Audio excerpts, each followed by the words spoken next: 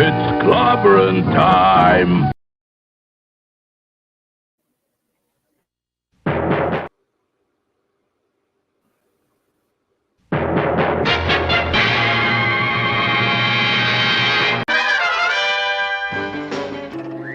Atomic batteries to power. Turbines to speed. Roger, ready to move out.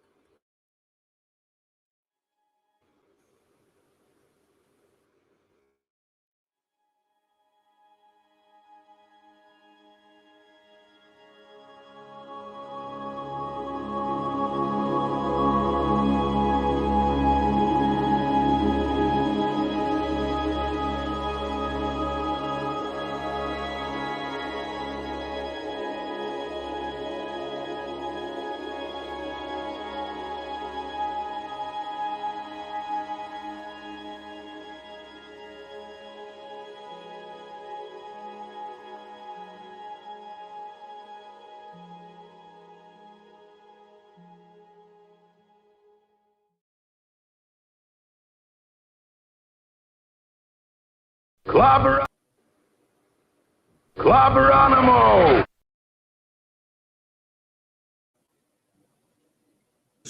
Clobberers and clobberanimos and clobberoids and all other kind of clobbers all the clobbers out there. Welcome, my friends, to Clobbering Times, issue number 496 on YouTube and of 1,196 overall, and Clobby's Clubhouse number 63.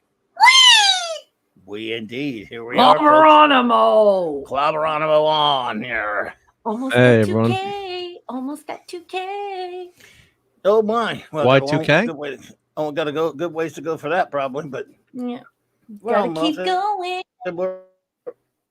We're past 14, so gotta keep going. What is it? We have in fact, next Thursday night though, or this coming Thursday will be show 500 on YouTube.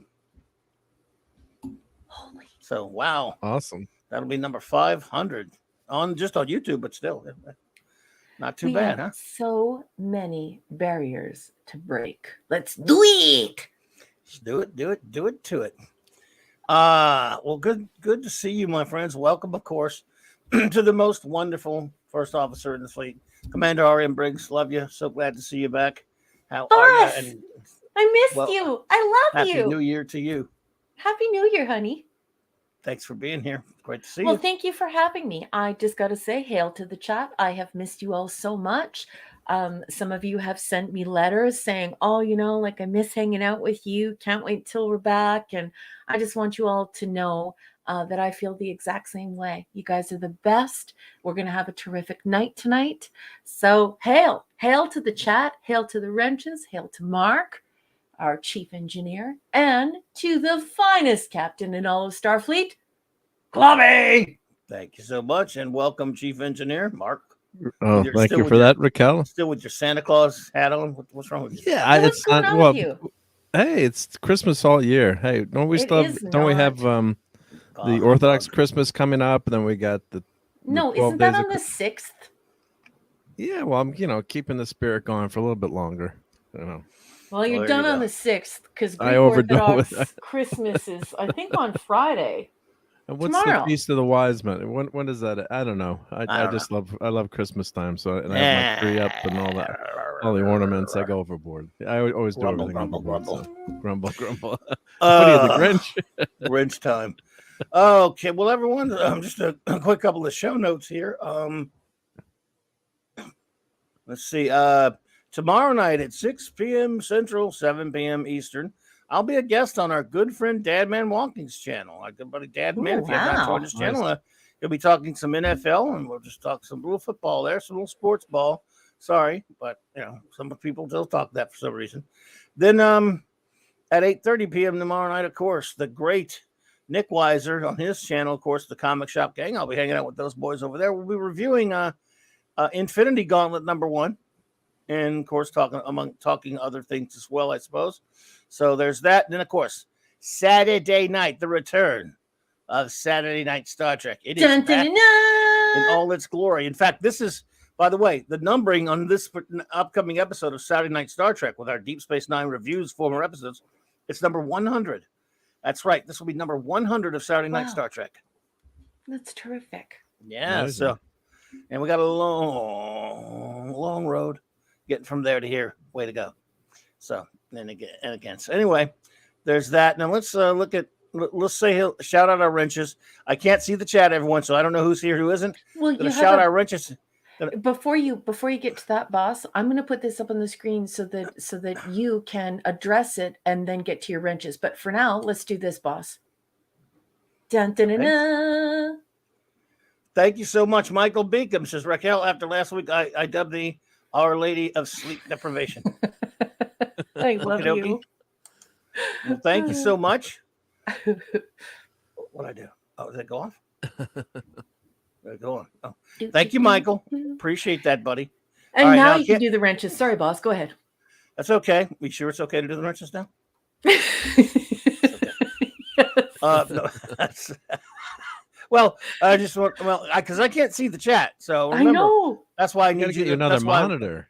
You gotta have two monitors. Stop with that. Number one can watch the chat while I do this. Is what she's here for. I got your back. I got your 6, baby. Oh, I love to change things. The great Eric Shea. Well, I can't afford no damn monitors. I don't need one anyway. Eric Shea, the Bronze Richter. Dun, dun, dun, dun. Hey, buddy. And then I'm going to shout them all out, whether they're here or not.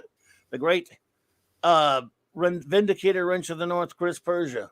Chris Persia, I love you very, very much. So good to have you here. And Chris Persia just sent a correction to me. He said, it's been a long time since I lived as a Greek Orthodox, many, many years. But he's saying that the Orthodox Christmas is on the 7th. It's on the 7th. So shout out to Chris. While we have Chris, boss, take it away. Chris. D. Bud Martin, the Wrench of Iron. Yay! Lord Thoth. LD! Avon lives, long live the Legion, my friend. Dun, dun, dun. The Wrench without fear, J-Man, my good buddy. Soon, J-Man, soon. We will be, as always, great show with this channel. I wish I was able to go over there today, but I did get to see a little bit of it. Great J-Man, great channel. Please follow his channel, everybody. And we will be reviewing we'll be taking another excursion into the wacky world of Bob Haney in just a couple of weeks. The master, only creator of Clabboni, the official Clobberin Times artist and artist of the cover of Science Fiction Tales by Commander R.M. Briggs. Hungry boy. I love you so much, HB. Phantom Outsider. Fante! Super Kal-El. I love Kal-El's. And of course, Thor from Vegas, Maddie's daddy. Maddie's daddy!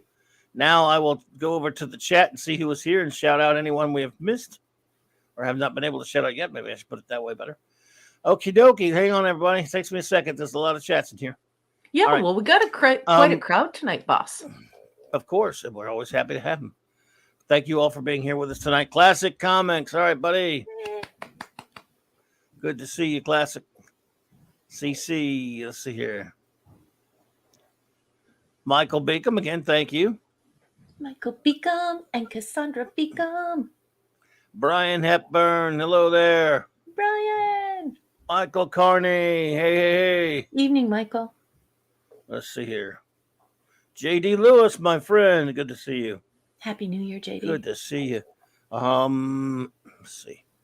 Alejandro Flores Ibarra, good to see you again. Thank you for popping in. Alejandro, indeed. Stuart Mitchell, hello there. Oh, Chip, good to see you. Celebrations.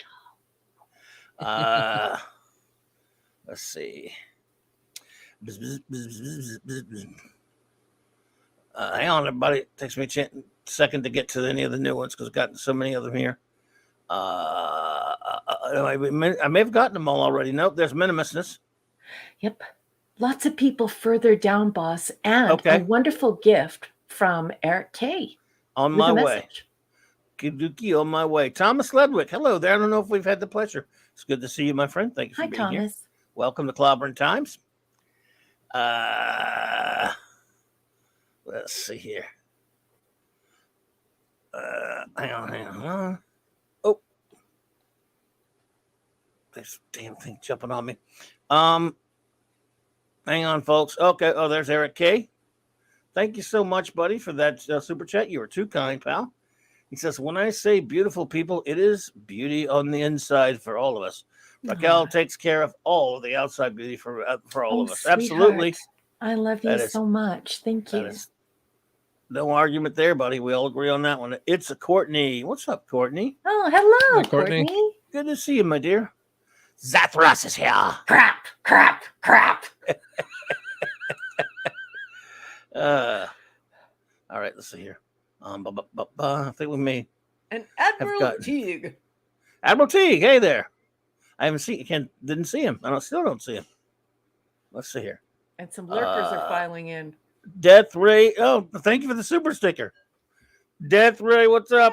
Appreciate you. Thank you for the. Hang on a second. Oh, from Canada. Lovely. Thank you for the super sticker. Indeed. Appreciate you, my friend. It's good to see you. Admiral Teague, yes, indeed. Let's see. Maybe we got Chef's here. Oh, Mr. Angel. Oh, right, he my is, friend. And he sent me. I think it was Mr. Angel who sent a YouTube video to me through MARC about practical effects, and it was a short, and it was almost like an op-ed, but it showed it visually, so it was like an editorial, discussion about practical effects versus CGI, but it was in the most beautiful stop motion short. Oh my goodness, can't recommend it enough. I put it up on my Facebook, or not my Facebook, my Twitter. I don't have a Facebook. And thank you to MARC for forwarding that to me. Indeed. Excellent. Oh, Eric we lost MARC. I don't know why. Where'd you go? MARC, come back. It's coming back. It says device is not connected. Weird.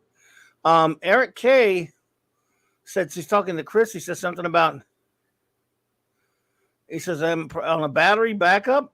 Oh, no. Not even seeing. That's strange. Weird. What is engineering changing things? Yeah, sorry, I'm back. That's okay. He says when that runs out, I don't even have any phone, he says. So whatever's happening there, don't know what's going on there, Eric, but sorry about that, buddy. Good luck with it, man.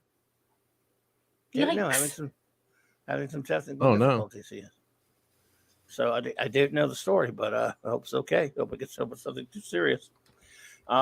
So, oh my goodness. Well, why don't we start with you, number one? Because people really love you. You got some movies for us. Well, first I want to apologize to everyone because I thought that I thought that we were almost at 2K, but we're not. I just have really bad vision, and it's getting worse as I get older. I had better than 20/20 vision my whole life until I was about 40. All the time, and now it's like it's going down the tubes. Now after 50. Anyway, I thought that was 1796, but it's 12. Not. It's 1196. So boo. Okay, anyway. I think I'm at 12. I'm at 1400 something. Yeah. So anyway, hey, Pop Culture Republic, welcome. Hello. Oh, long time no see. How have you been, Pop? Hey, Pop. So anyway, what we for those who do not know, of course, we like to have the clubhouse. We all like to, at least since there's the three of us, it's a show about us, the three of us hanging out, just talking about clubs. Oh, they have a big storm up in Eric's area. That's what it is. So sorry, buddy. Okay. Good luck, man. So we all like to bring you when it's always about the three of us. It's always going to be about the Trinity here, and we all try to bring you a little something each week, just so we like to talk about. In addition to just us talking amongst ourselves and geeking out with you here, and we've done that now 62 times here. We're at number 63 for the Clubhouse, and it's been just so much fun this ride. And we're starting it again for 2023 now. And our great friend Hungry Boy has gotten together and conspired with our first officer, and he's corrupted her in the ways of old geek science fiction movies.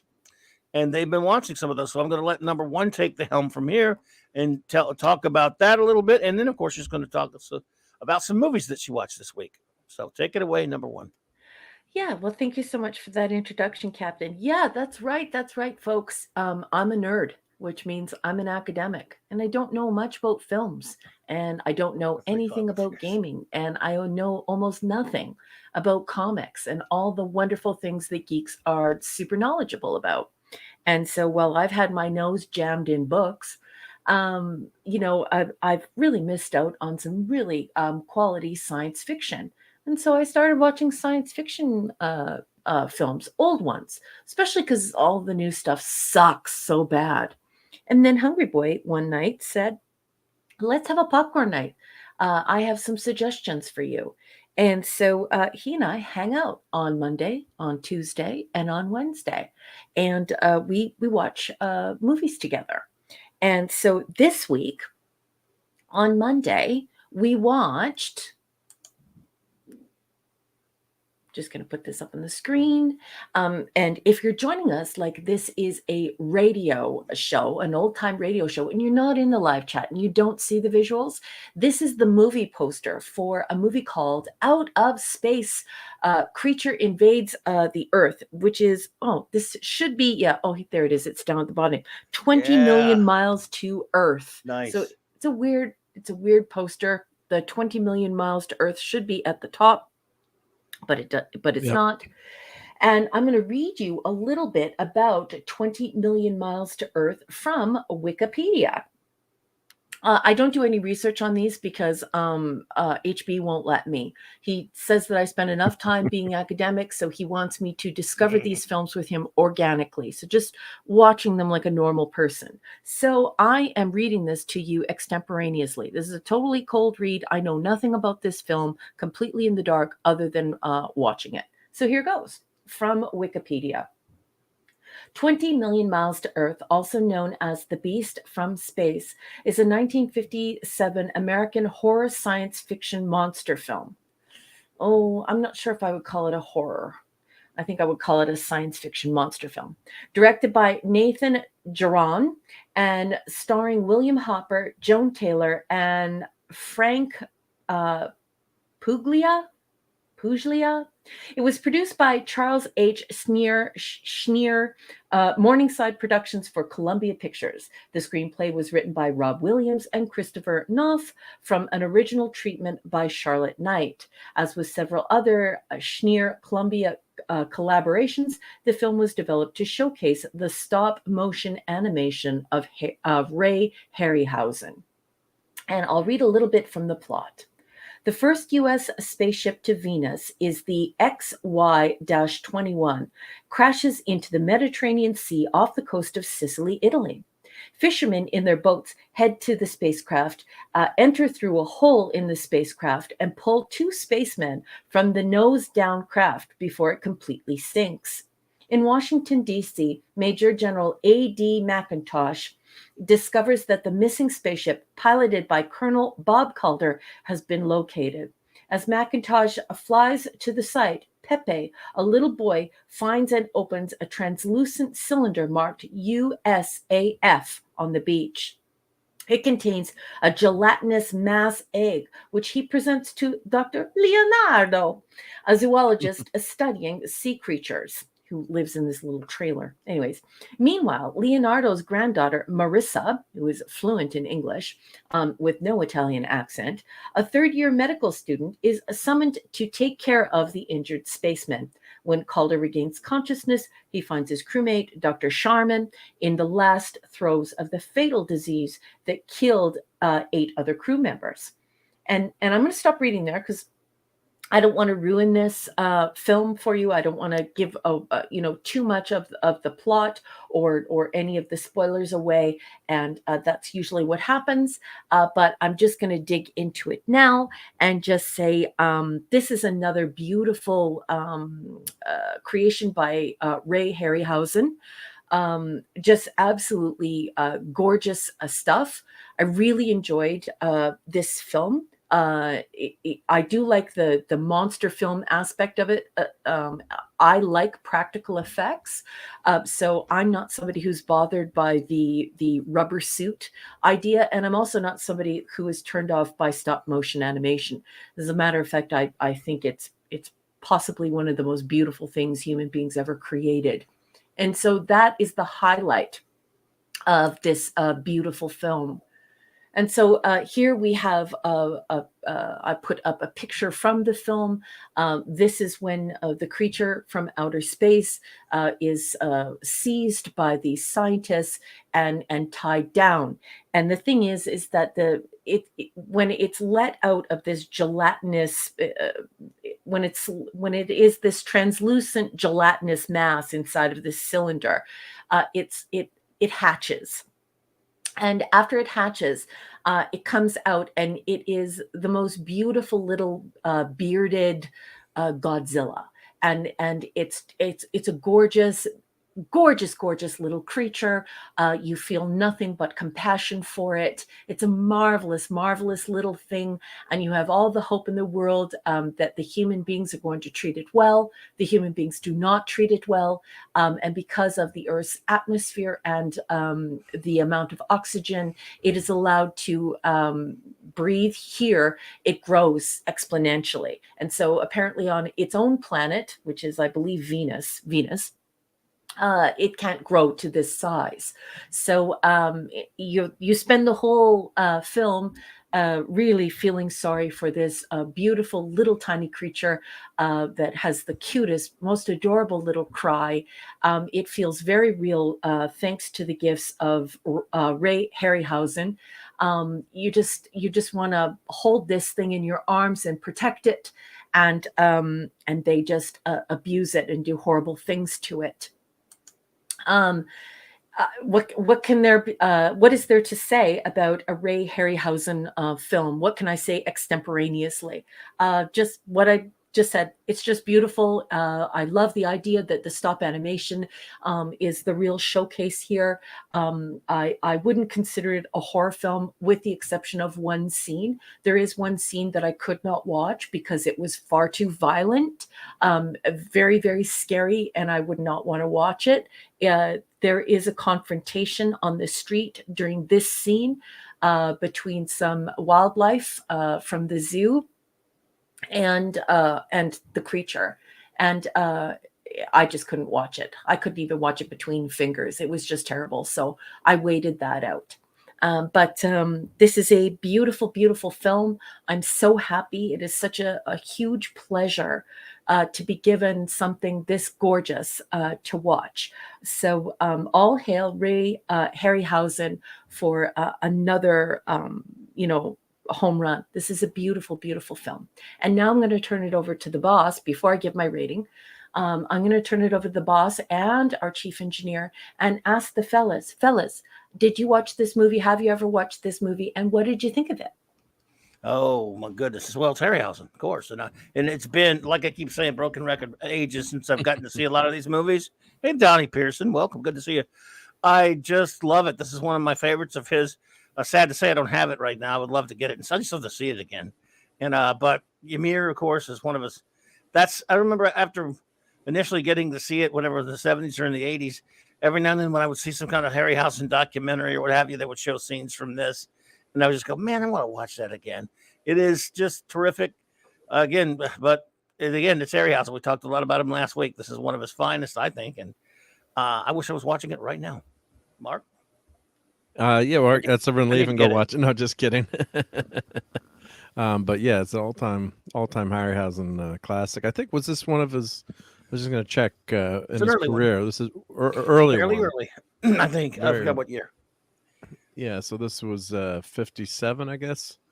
So yeah, and it's a short movie, but it I mean, like you said, it's been a while since I watched it too. But it's just back then, this was the don't take it the wrong way, but this is our CGI. This is what right. Your special effects, and yeah, it's a little clunky, but there's a charm to it. And then, it's not clunky. Shin kicks. Yeah, shin kicks. Well, Deploy compared to the shin CGI. kicks. Keep going. Ouch. But yeah, it's but it's all the race movies and books. Wow. Good. Yeah. Wow. But it's got a charm to it, and then when you really suspend disbelief, which, hey, this is about a giant monster from Venus. Well, not really. Well, I don't want to get too much into the spoilers, but yeah, it's don't spoil it. Yeah, but it's a creature from another planet. So yeah. But yeah, and of course the Air Force, there was no NASA back then. That's why it says USAF, which was the beginning of the space program was in the Air Force. But it's got you get into the movie and these old movies and the Harryhausen, and the special effects are just so good that you just even though it's stop motion, you suspend disbelief and you really think this creature is attacking the city and fighting and going around. So it's just really thanks to Hungry Boy for bringing all these up. And I guess you haven't seen this is your second Harryhausen movie now, or did you watch any last week? No, I watched some when I was a kid in the 80s. Yeah. Okay. Mostly the ones about Greek mythology. Right. Yeah. Keely Chow, Roll Tide. Hey, Keely. And Grifter. Hey, Grifter. Good to see you. Yeah, nice to see you.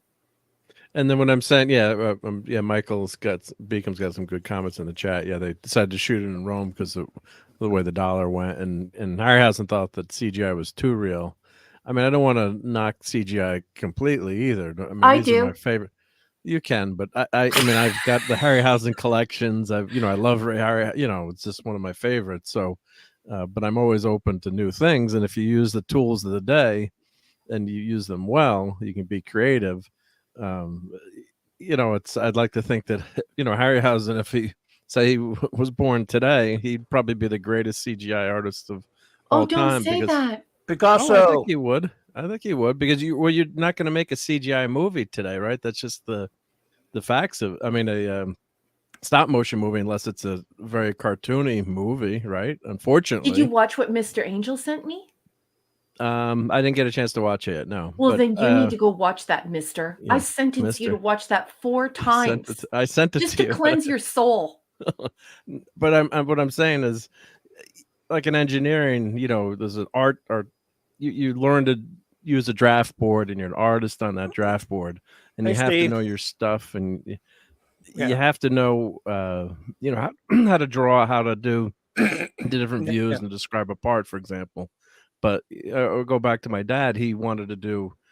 He was an artist, and he could, draw and visualize. And I learned drafting, and he was a great draftsman. And actually, I don't want to make too long of an aside, but like he could visualize a part, and people couldn't visualize it on paper, and he would show them, how to make it or whatever, because just the way his brain worked.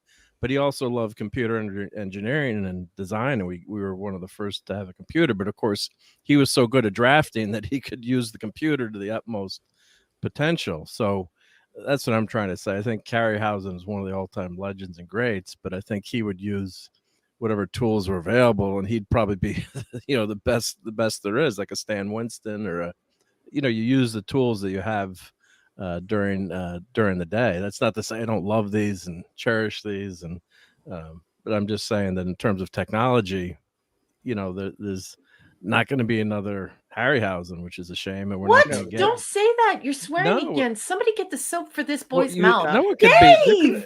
But there could be no one better than Harryhausen. I mean, how are we gonna have another Harryhausen? I think he's a one of a kind, a legend. So I don't know. Never. Like a Kirby. I don't know. Yeah. How do you have another Beethoven? How do you have another Mozart? Well, they're different. They're each to their own. But they've if they had got if they had abolished the piano, then you couldn't have anymore. And they pretty much abolished this kind of effects in Hollywood. Yeah. Oh, I'm in trouble with Hungry Boy. Yeah. Yes, Yeah, I no, I know. do, Michael. Yeah, There I do there have. are Yeah, there he's. are a lot of people here who love CGI. I understand that, and a lot of people who apply it as their trade, and I'm sure that they are very gifted at it. But I hate it. And I will always love this stuff more. But that's why we're doing this show. Remember Yeah. when we used to meet privately and we used to, just hang out, eat a cheeseburger and sit around and talk on Thursday nights. And then you guys were like, we should probably do a show with this.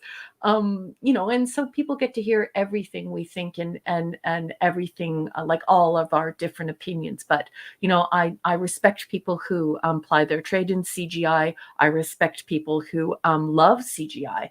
I just absolutely hate it. For me, I can't immerse myself in the story. I find it too distracting, and I don't enjoy it. It's yucky, but I respect what you're saying. Well, I mean, to me, it didn't make. I mean, first of all, I love practical effects naturally, but if a movie's good, it's good. If the story's good and the CGI does not do anything but help to move the story along, and it's even if it's, for example, it could be subpar CGI, but if the story's going to be, whatever, story's good. The movie's just all that matters. But if it's good CGI, then that's nice too. So that never really bothered me one way or the other. That said, I do love me some practical effects. Yeah. I mean, I think multiple things can be true at once. I mean, like a fine CGI Yes. because as a fan of superheroes, you can't have superhero movies without CGI. It's impossible. So I love it for that. For some things, it's useful. And again, if you're not into those kind of movies, then you shouldn't really care much. But if you do want to see your favorite superheroes brought to life, look like they're coming off a comic book page, it's not possible without computers. But if that doesn't mean much to you, I can see where it would be that big of a deal. But I love it both ways. If it's a good movie, that's all that really matters to me. Well, I think that's a great opinion to have. And everyone here knows I'm not really into the whole superhero stuff, although I do love Superman and I love the old Spider-Man cartoon. But for me, it's also about artisanship. While we are appreciating people who ply their trade in CGI and they have learned to use the computer to its maximum benefit to create art, it's also important to mention that practical effects involve many different aspects of artisanship. So you have people who are clay sculptors, people who build molds. You have stop animation experts. You have engineers brought in to, adjust scale, and everything is calculated manually. And you have painters, and just there are so many different aspects of those practical effects that it's a whole industry of pretend. It's a whole industry of artisanship in pretend, and I think it's a lost art, and I miss it immensely, especially when it's done to this level of perfection, to this level of excellence. And Harryhausen is definitely the greatest, I would say, in my very limited opinion, right? Remember, I go to Hungry Boys Cinephile School for Sci-Fi, so I know little or nothing about films. I'm not a geek, I'm a nerd, but this nerd loves artisanship and artists, and yeah. Well, let me just address a couple things real quick. First of all, Alejandro asked before we all got started. The answer is yes. We reviewed the TOS movies before we reviewed TNG, just so you'll know that, because he was not aware. So thank you for that question. Zacharot, good to see you. Hey! And Dave, good to see you. And now, no, Zathras, you misunderstand me a little bit, I believe. In 1978, they still had to pioneer some pretty amazing special effects and camera work to make Superman fly. It took some extraordinary technology to make that work. So call it CGI or not, and it wasn't what it was. However, it took some extraordinary camera development and technology to make him look before you could believe a man could fly. When I said superhero movies, somewhere after about 2004 or 5 or 6 and into the 2000 teens, to make it look like superheroes are throwing buildings against each other and cars and blasting each other into buildings and looking like it comes off right of a comic book page, it's not possible without CGI. That's what I'm saying. Mm-hmm. But even that first Superman film where we believed a man can fly, it wasn't necessarily CGI, but it was very high tech advances in cameras and in filming that led to being able to have that. Tim Stalk on To your the left, to See you, the buddy. left. Tim. Yeah, the So- camera. I'm forgetting the special effects camera or the inventor. He's got patents, and he invented a special. I'm forgetting the Right. name. What they call it. It was literally I like forgot the name of it, but it a was flying camera system. And revolutionized for Superman. yeah, it was computer controlled, and it was very. You both Very have impressive. stream brain. You'll remember by the end of the stream. Don't Yeah, we worry, remember you giant geeks. But yeah, I just want to clarify, man. I love Harryhausen. I love this Oh, old stuff, obviously. Of course. But that doesn't mean to say if you've got good CGI that there's terrible CGI and can be terrible stop motion too. I mean, but Harryhausen, Yes. as Michael Beacom saying, he's such an artist all around, and he just as Chris was joking, we could clone him, I guess, but it's one of those. Who said that, Chris? Chris Berger, yeah. Chris, Like, I love look, you. It's Yeah. like I said last week, dude. There are a lot of great names in special effects. John Dykstra and Stan Winston, and I mean, there are just tons and tons of them. There's only one guy that deals in special effects that when you mention a movie, you say a Harryhausen movie. Yeah. Everybody else is a director, a Scorsese movie, a Spielberg movie, Orson Welles movie, or a John Ford movie, or what have you. But people always, you don't talk about the director, you say a Harryhausen movie. That distinguishes it beyond. I mean, it makes him a giant, because who else has that isn't the director of a film or the star of the star of a film? Nobody. He's a star. Yeah. And, Because you couldn't have made these films without him. Well, Yeah. sorry to interrupt you, Mark, but I was looking into some of the things that you've been saying without any in-text citation, Clobby. You had no references for what you were saying, but you are the grand poobah of geeks, and so I went and looked up your receipts for you. I went and got some receipts, and as it turns out, everything that you have said is true. Ray Harryhausen has been, as of late, like now that people are looking back at his work, there is plenty of evidence online that he was co-writing these stories and was uncredited. And Mark and I were backing you up while you were saying these things, because his creatures become so important in the stories that there's no way that he would not be a part of the story making. So I just wanted you to know that. Oh yeah. That for this one, he is officially now the co-writer of this film, and had previously gone uncredited. So Right. I love that you brought that up. I don't know, maybe 1 or 2 shows ago. And I just wanted to make sure that I folded that into the conversation you were having with Mark, because you were right about that. And yeah, anyway. Well, thank you. And so any more on this one, or you want to go to the next film? No, I just want to give my rating. Yes. I give a 20 million miles to Earth a 9 out of 10. And that is because they start a story thread at the beginning of the film, and they don't follow up on it. But I'm not going to talk about it, and I'm not going to unpack it, because it actually gave me an idea to write a short story about it. So I'm not going to talk about it, but I will say that one of these unspun threads in the film might annoy you, and you might go, hey, but what happened to that part? And for me as an author, it inspired me to write a short story close to this idea, but obviously it has nothing to do with this plot or anything to do with this story. But it was just, I thought it was neat, and it was left unexplored. So the writer in me sat up and went, oh, that's cool. But for that reason, I can't give it a 10 out of 10. I can only give it a 9 out of 10. But I'm giving it, that's a very academic 9 out of 10, because of the unspun thread that should have flourished, should have been woven into the magnificent quilt that is the Harryhausen movie. And so it's a 9 out of 10 for me, boss. Excellent. And everybody in the chat, last time we did this, a lot of you were not only giving your reviews, but you were like giving your ratings and just talking to one another about the ratings. I love seeing that stuff in the chat. So if you want to go ahead and do that again, that'd be great. Also, sure. Pepe. Oh, when I think about Pepe needs, I can't even say it on air, but do you remember when kids used to get spanked? Pepe, that Pepe, hungry boy. Stop bringing up Pepe. Blame Pepe. That's right. It's in his contract. Anyway, I'll throw it back over to you, Pepe.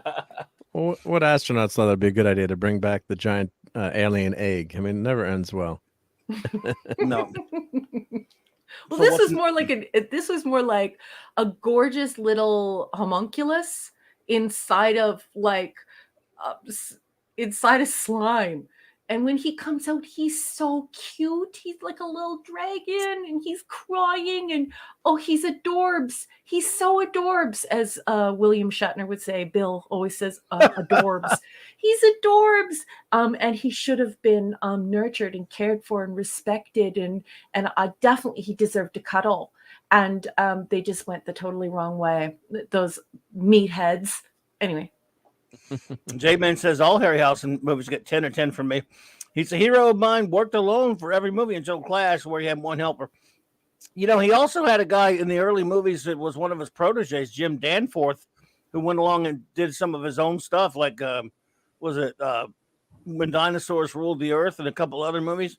And those, he's pretty good too, but he wasn't Harryhausen.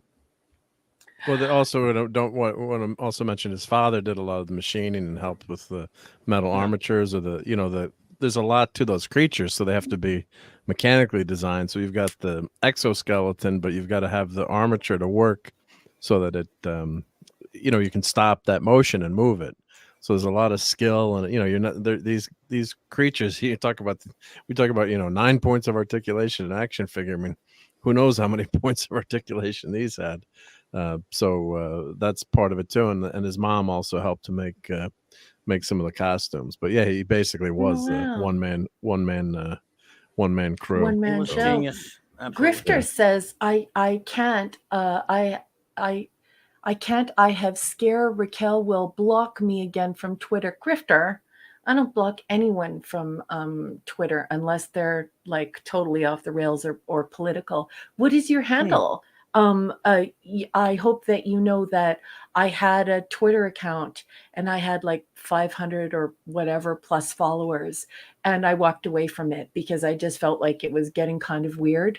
I'm an introvert, and so it felt weird to me that I had like all of these people that were watching my posts and all of these people who were interacting with me, and many of them didn't have a real name. So it made me feel uncomfortable. So I ditched.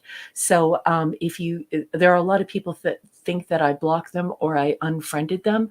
And I did a little announcement when I first joined back with Twitter to let everyone know that's not the case. It's not that I snubbed anybody. It's just that I just felt weird about 500 strangers following me. And so, so I ditched. Gotcha. No blocking anyone, Grifter. I'm back on Twitter, and you're welcome to follow me. Oh, there you go. Good. Michael, I was not aware of this. He said, we will not speak of Jim Danforth, says Michael Beacom. His name is on a knife in Ray's back called Jack the Giant Slayer. Oh, boy. Wow, that was him? Yeah. Figures. Where Ray rejected the job, so Jim took all the things Ray taught him to do it. I do remember that dumb movie. He says, Jim and Ray eventually made up, but still not good. Well, you know what? Them making up part's good enough for me because people do bad things, and then he forgave him, so that's cool. But I understand you, Michael. And he still taught Jim well. That's for sure. But I got you. Thank you. He said, I never can't say anything to you because I can't even write to you. He says, well, try to follow again, Grifter. Oh, he says it's not a problem with me. Yeah, Grifter, if that's happening, it could be something going on with Twitter. I know on my Twitter, I because I'm a lady who receives DMs from men, I have, and sometimes they try and DM things that I don't want to see. I have it set to verified accounts only. So if you're one of those amazing, awesome people who is on Twitter and you're trying to keep your anonymity so you can say whatever you want, that could be why Twitter is preventing you from speaking to me. But I will go and try and find you. And I'm sorry that that happened to you, my friend. And a Palmese minion is here. Palmese onion, Hey. and The pepperoni, the pepperoni. Oh, that was cheap. Hey, That Sammy. was cheap. It wasn't I don't loud have a enough. It wasn't? No. Okay. Good to see We you. gotta add Mark. sound effects to StreamYard. We need a Bop, sound bop, like bop, a bop, bop, bop, we need bop. like a sound effects board. I do. Yeah, we got to get him on. That's For why that, he I misses wouldn't his have a old engineer, get on that. Blog Talk Radio. Yeah, I could if I had that. Yeah. Oh well, what is next? Number one. Okay, boss, I have another one. Okay, so Hungry Boy was having problems with his Twitter. And I was having problems with my Twitter about 3 weeks ago. Anyways, he couldn't get anything through on Twitter. So he had to email me to tell me that stuff was going wrong. Anyway, we wound up where we couldn't meet until after I went to sleep. So everything got messed up. So what I did is I loaded up a movie for myself that was suggested to me through the algorithm. Now, many of you know that I'm a Comtech scholar. And so before I was doing this with HB, I was actually playing the algorithm to see how well the algorithm could choose movies for me. So I went back to that and it suggested The Giant Claw. So Hey, Stunt Rat. Oh, Stunt Rat. Hey, gorgeous. Good to see How are you, honey? Mwah, mwah. Okay, so wow, this one. Woo. Before we dig into The Giant Claw, I'll just explain now to those folks who are lurking or listening to this like it's an old-time radio hour. I've just put up the show poster, the theatrical release poster. Lobby card or whatever, yeah. And it's beautiful. It's a lobby card. I have to learn the difference. Sorry, everyone. A winged monster from, 17 million BC, big as a battleship, flies 4 times the speed of sound. Atomic weapons can't hurt it. The Giant Claw. And of course, It has a giant bird crushing airplanes. And now I'm going to read from Wikipedia. The Giant Claw is a 1957 American monster movie from Columbia Pictures, produced by Sam Katzman, directed by Fred F. Sears, that stars Jeff Morrow and Mara Corday. Both Sears and Katzman were well known as low-budget B-film genre filmmakers. The film was released as a double feature with The Night the World Exploded. And now a little bit from the plot on Wikipedia. Mitch McAfee, Morrow, a civil aeronautical engineer, while engaged in a radar test flight near the North Pole, spots an unidentified flying object. 3 jet fighter aircraft are scrambled to pursue and identify the object, but 1 aircraft goes missing. Officials are initially angry at McAfee over the loss of a pilot and over what they believe is a hoax. When McAfee and mathematician Sally Caldwell fly back to New York, their aircraft also comes under attack by a UFO. With their pilot dead, they crash land on. I'm just going to stop reading. This film is a complete and utter crap. So you get move over, Harryhausen. So apparently about this film, they're talking about it here. Good night, J-Man. They were supposed to have Harryhausen do this film, and that's why the algorithm picked it for me. Oh. But they didn't get Harryhausen. What they got instead was a puppet. And so I'm watching this movie and I'm thinking to myself, oh, this is going to be great. This will be super stealthy. This will be like the big, what was the big the flying mantis, the flying mantis. I think it's going to be like the flying mantis. It's going to have such gargantuan scale that that I'll be blown away by it. The model's going to be great. They're going to do some model making. This is going to be so much fun.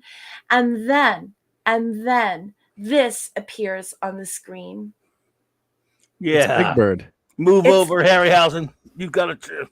So this thing is so ridiculous. If you're listening as an old-time radio hour and you are not looking at the screen, oh my gosh. Not only does this thing look like a cooked turkey, but it looks like Gonzo from the Muppets. So you instantly start laughing, and the whole movie loses credibility.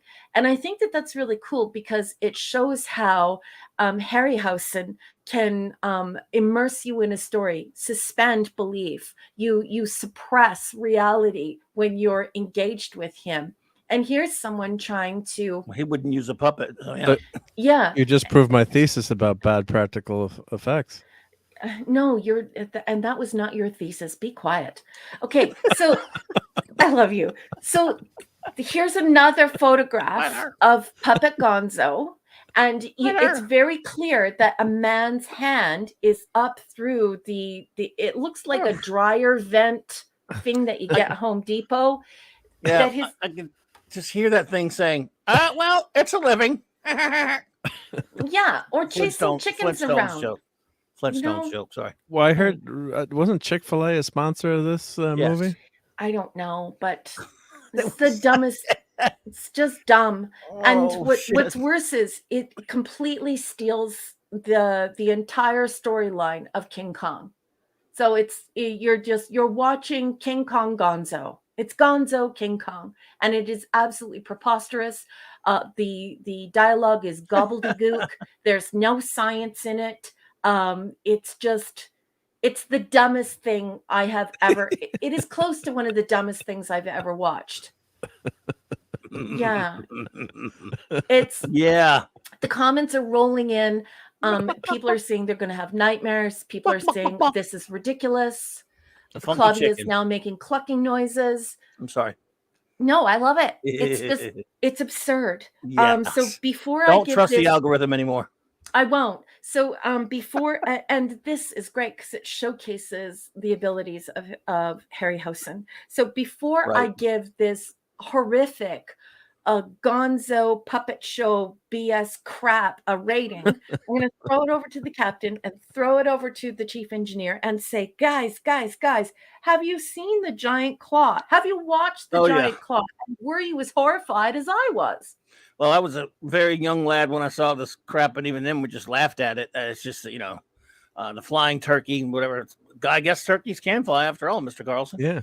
It was just, I don't remember much about it because you would not, why would you 40 years later, 50 years later, remember anything other than the stupid way he looks like that? So, but again, we were used to watching ridiculously cheesy monster movies with bad puppets or people in, most of them didn't look like Harryhausen. Let's be honest. If it wasn't Harryhausen stop motion animation, it probably looked pretty stupid. And it wasn't just these people with their dumb puppets.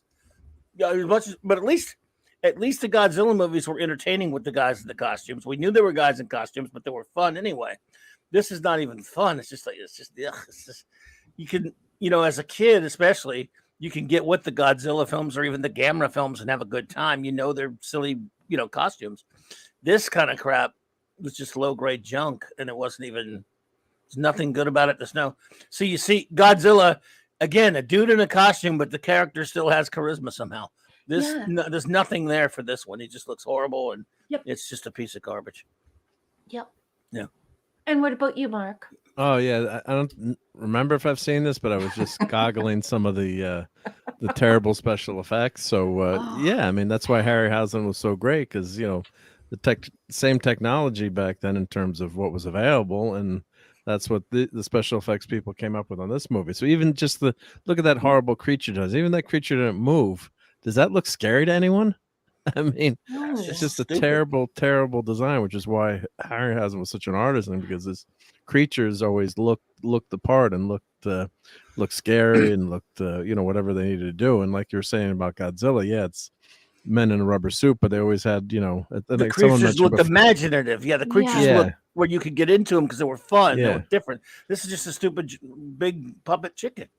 Yeah, Yeah. and, like Or Godzilla turkey. jumping around. Someone had mentioned in the chat like how cool that is and how fun that is. I forgot who it was already, but that's what's you know, the like you said, there's a character that you believe in, and for the special effects for that, what they were doing, they were very well done in terms of, you know, the man in the rubber suit. They, you know, they perfected it, and then you look at this, something like this where this creature design is just so ridiculous. So I think Hungry Boy asked me how many sandwiches I can make out of this one, but I think the meat would be awfully tough. I think, though, probably like you have a lobster that's too big, you want to have, you know, probably tough meat in this one. But yeah, this is such a ridiculous special effects. And like this one scene where the creature grabs the plane, it's just so bad. It's so bad. You can Did see MST the wires. do this movie? Yeah, Yes. did MST. Yes, they did. I'm They pretty must have sure done they this did. one. Double check me if I'm wrong on that one, Hungry Boy, but I think MST3K had fun with this one. And I then think they did. they shoot at the egg that it's trying to give birth to, and nothing but milky pus comes out of it. And then there's this ridiculous conversation about matter, antimatter, and just like the science. There's no science in this at all. It's like they watched some science fiction films and then they just threw in like a word salad of what they had heard on other science fiction films. It's just truly terrible, right? it like Mark, it's so bad. Okay, I'm just going to reveal now. I gave it, and you guys are going to be shocked because I've never done this before, except for with some really bad Star Trek. I gave it a 0 out of 10. It's a 0. It's a 0. Yeah, nothing redeeming about chicken. it, right? Poor turkey chicken. Yeah, and in the article they said historian Bill Warren says this would have been an ordinarily bad movie of its type with a good performance by Jeff Morrow if the special effects had been industry standard at the time. This is not what happened. The claw is just badly rendered. It's hilariously rendered, resembling nothing so much as a Warner Brothers cartoon character, Beaky Buzzard. One scene you will never forget this awesome, silly creation. Mark, it's also about the fact that they recycled shots. Do you know how like I complain Yeah, they keep about that redoing all them the over time? and over. Yeah. Yeah, so you know, like they had a close up of the puppet's foot, and then when it was about to kill someone, and it was like in boxing, pugilism, they call it what's it called, telegraphing? Yes, yeah. So you see the shot.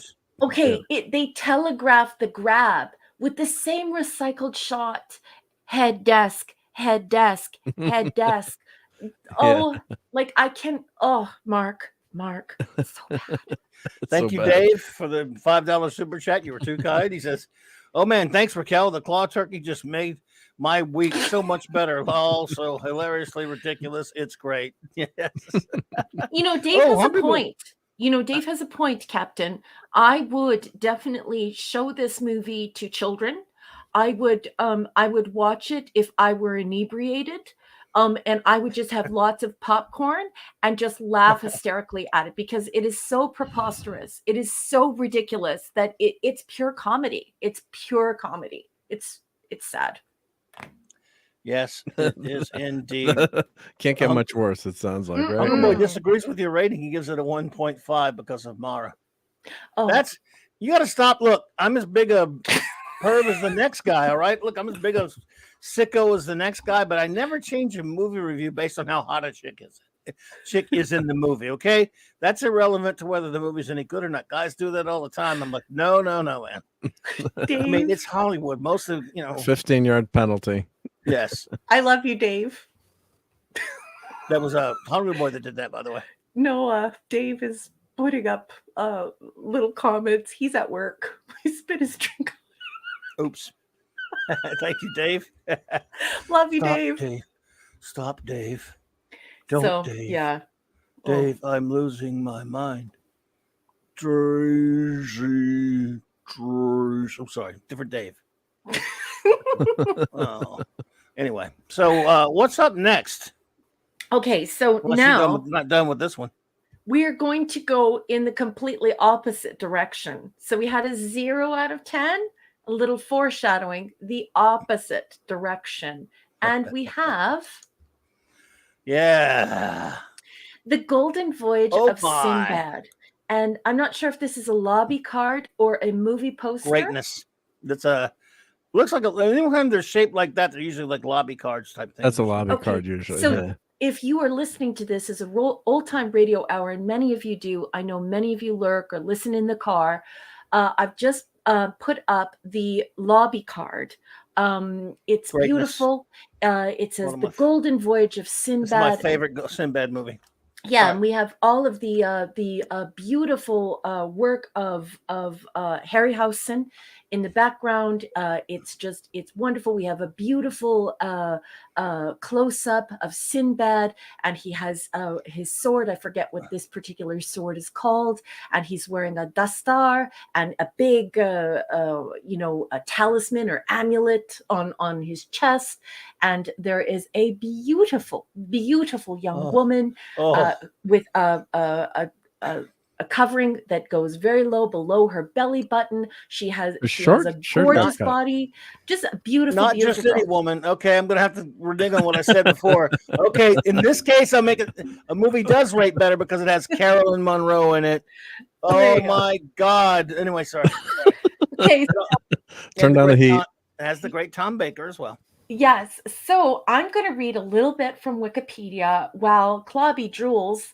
I have been warned that this lovely woman, Carolyn or Caroline, however she pronounces it. I know women who are named Caroline or Carolyn are pretty particular about that. I think that's Caroline. I think, But I know I have been warned that Clobby is in love with Ms. Monroe. Well, so let's do this. Let's 70s Miss Morales. Yes. The Golden Age of Sinbad is a 1973 fantasy adventure film. Yes, folks, we're out of science fiction and we're now in science fantasy or fantasy, and it's so much fun. It is directed by Gordon Hessler and features stop motion effects by Ray Harryhausen, based on the Arabian Nights Tales of Sinbad the Sailor. It is the second of 3 Sinbad films released by Columbia Pictures, the others being the Seventh Voyage of Sinbad in 1958 and Sinbad and the Eye of the Tiger 1977. The film stars John Philip Law, Tom Baker, Takis Emmanuel, and Caroline Monroe. It was a worldwide box office hit and won the first Saturn Award for Best Fantasy Film. Hey, everyone, remember when the Saturn Awards actually meant something? Anyway, and I'll read a little bit from the plot. While sailing, Sinbad comes across a golden tablet dropped by a mysterious flying creature. That night, he dreams about a man dressed in black repeatedly calling his name, as well as a beautiful girl with an eye tattooed on the palm of her right hand. A sudden storm throws the ship off course, and Sinbad and his men find themselves near a coastal town in the country of Marabia. Swimming to the beach, Sinbad encounters the man from his dream, an evil magician named Cora, who demands that he turn over the amulet. Sinbad narrowly escapes into the city and meets the Grand Vizier of Marabia, who has been acting as regent following the death of the Sultan, who has no heir. The vizier, however you want to say it, who wears a golden mask to hide his disfigured face, explains that Sinbad's amulet is but one piece of a puzzle in which the vizier has another. The vizier relates to Sinbad a legend which claims that the 3 pieces, when joined together, will reveal a map showing the way to the fabled Fountain of Destiny on the lost continent of Lemuria. He who takes the 3 pieces to the fountain will receive youth and a shield of darkness and a crown of untold riches. So that's all I'm going to read from this synopsis here on Wikipedia. I'm just going to dig in and say that I thought that this film was incredible. It's one of the best films I have ever seen. Again, we had a homunculus, and it I felt so sorry for it. And if you're unfamiliar with that, it's like the Greek idea of like a little like fairy or like a little creature that is magical, but it comes from something either evil, innocuous, or good, but it has no mother. And when the Greeks say it has no mother, it means it's an unnatural being. And so yeah, so that's what starts the movie off, is that homunculus.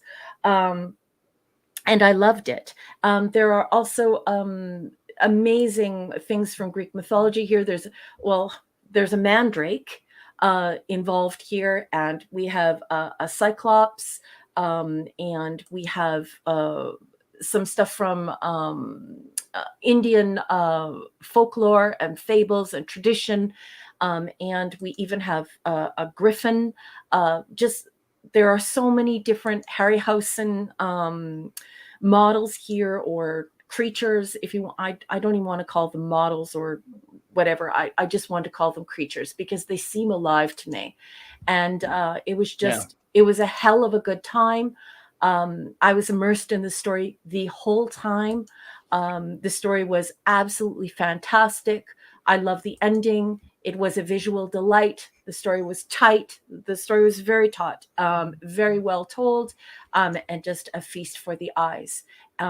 Just absolutely beautiful. I very, very, very vaguely remembered the creatures from this film because I watched it when I was quite young. But it didn't matter because I didn't remember enough for it to make a mark. So I really enjoyed it. So before I give my rating, I'm going to throw it over to the captain, and I'm going to let the captain and our chief engineer tell me what they thought, or if they have even seen Sinbad. What did you think of this one, boss? I saw this in theaters when it first came out, and of course fell in love with it. It's my favorite of the Sinbad films, which is I saw I think I saw all those Harryhausen's Sinbad films in the theater. This is my favorite. Tom Baker is the villain. Of course, this is before, he became the legendary Doctor Who. This is right before he got the role. Some say because of this and another one he did. But anyway, John Philip Law is a pretty good choice for the character. But of course, what matters here is the extraordinary special effects that take a backseat to how unbelievable Carolyn Monroe is. Sweet Caroline. No, sorry. No, I love these effects in this film. It's just, yes, I mean, to think about it, it's been a few years since I've watched this. I need to go back and try to get these. I don't have any of these anymore. But this is easily my favorite of these. Probably, it might be my favorite Harryhausen film, in fact. If I had to pick a favorite, it's tough to pick a favorite. And not just because of Carolyn, damn it. And not just because of Tom either, for that matter. And yeah, I know it was Rasputin had a lot to do with it as well, Michael. Absolutely. Alara Caroson, good to see you. Welcome. Yeah, what is there to say? You've said it all and said it all very well. It's got some of the best creations, some of the best monsters in it. It probably it certainly rivals Jason and the Argonauts for me, which is great, of course. Yeah, love it. And then you're making me want to go back and watch these. So watch these again. Homologous. Homunculus. Mark? Yeah, it's been a long time since I spoke Greek, and it's been a long time since I've looked up that word, so I'm just worried that I pronounced it wrong. Oh, but it's okay. It's just that you guys know what I'm referring to in fantasy and in Greek mythology, right? It starts off homo, it's human, but it's not quite human. So I know how to spell it, but I haven't looked it up. I think it's HOMOLOGOUS in English. And so, yeah, anyway, it's been a while since I've been streaming, and I hope I didn't pronounce it wrong. Anyway, it's been over 15 years since I spoke Greek. So, but yeah, anyway, I apologize, but little tiny creature, fun. Anyway. Oh, this is, yes, it is. Harryhausen's the legend. So, this kind of stuff too. I grew up loving mythology and reading all the mythology books I could find in the library, and they're the first superheroes really in a lot of ways. So, Sinbad's got all the archetypes of a of a superhero. So then to see this on the screen, I was too young to see this in the theater. I would have been only like 5 years old, I guess. I was when this, about 9 years old when this came out. Yeah. What year was this one? Was this one 73, right? 73? Yeah. So I was still seeing Disney flicks probably at that age. But yeah, the special effect, and that's one of the real reason this movie works is because of Harryhausen. If you've got horrible, golden claw turkey effects, no one's gonna remember this movie, even though you've got, it's a classic, a classic story, and even if you had good actors, but he brings these creatures to life, and with that scene, I mean, my God, just unbelievable. Like you said, we keep talking about the skeleton scene, but these creatures are just fantastic, and the other thing to note is, the sets and also how they incorporate the live action, in these movies too. So there's a lot that he does with in terms of lighting.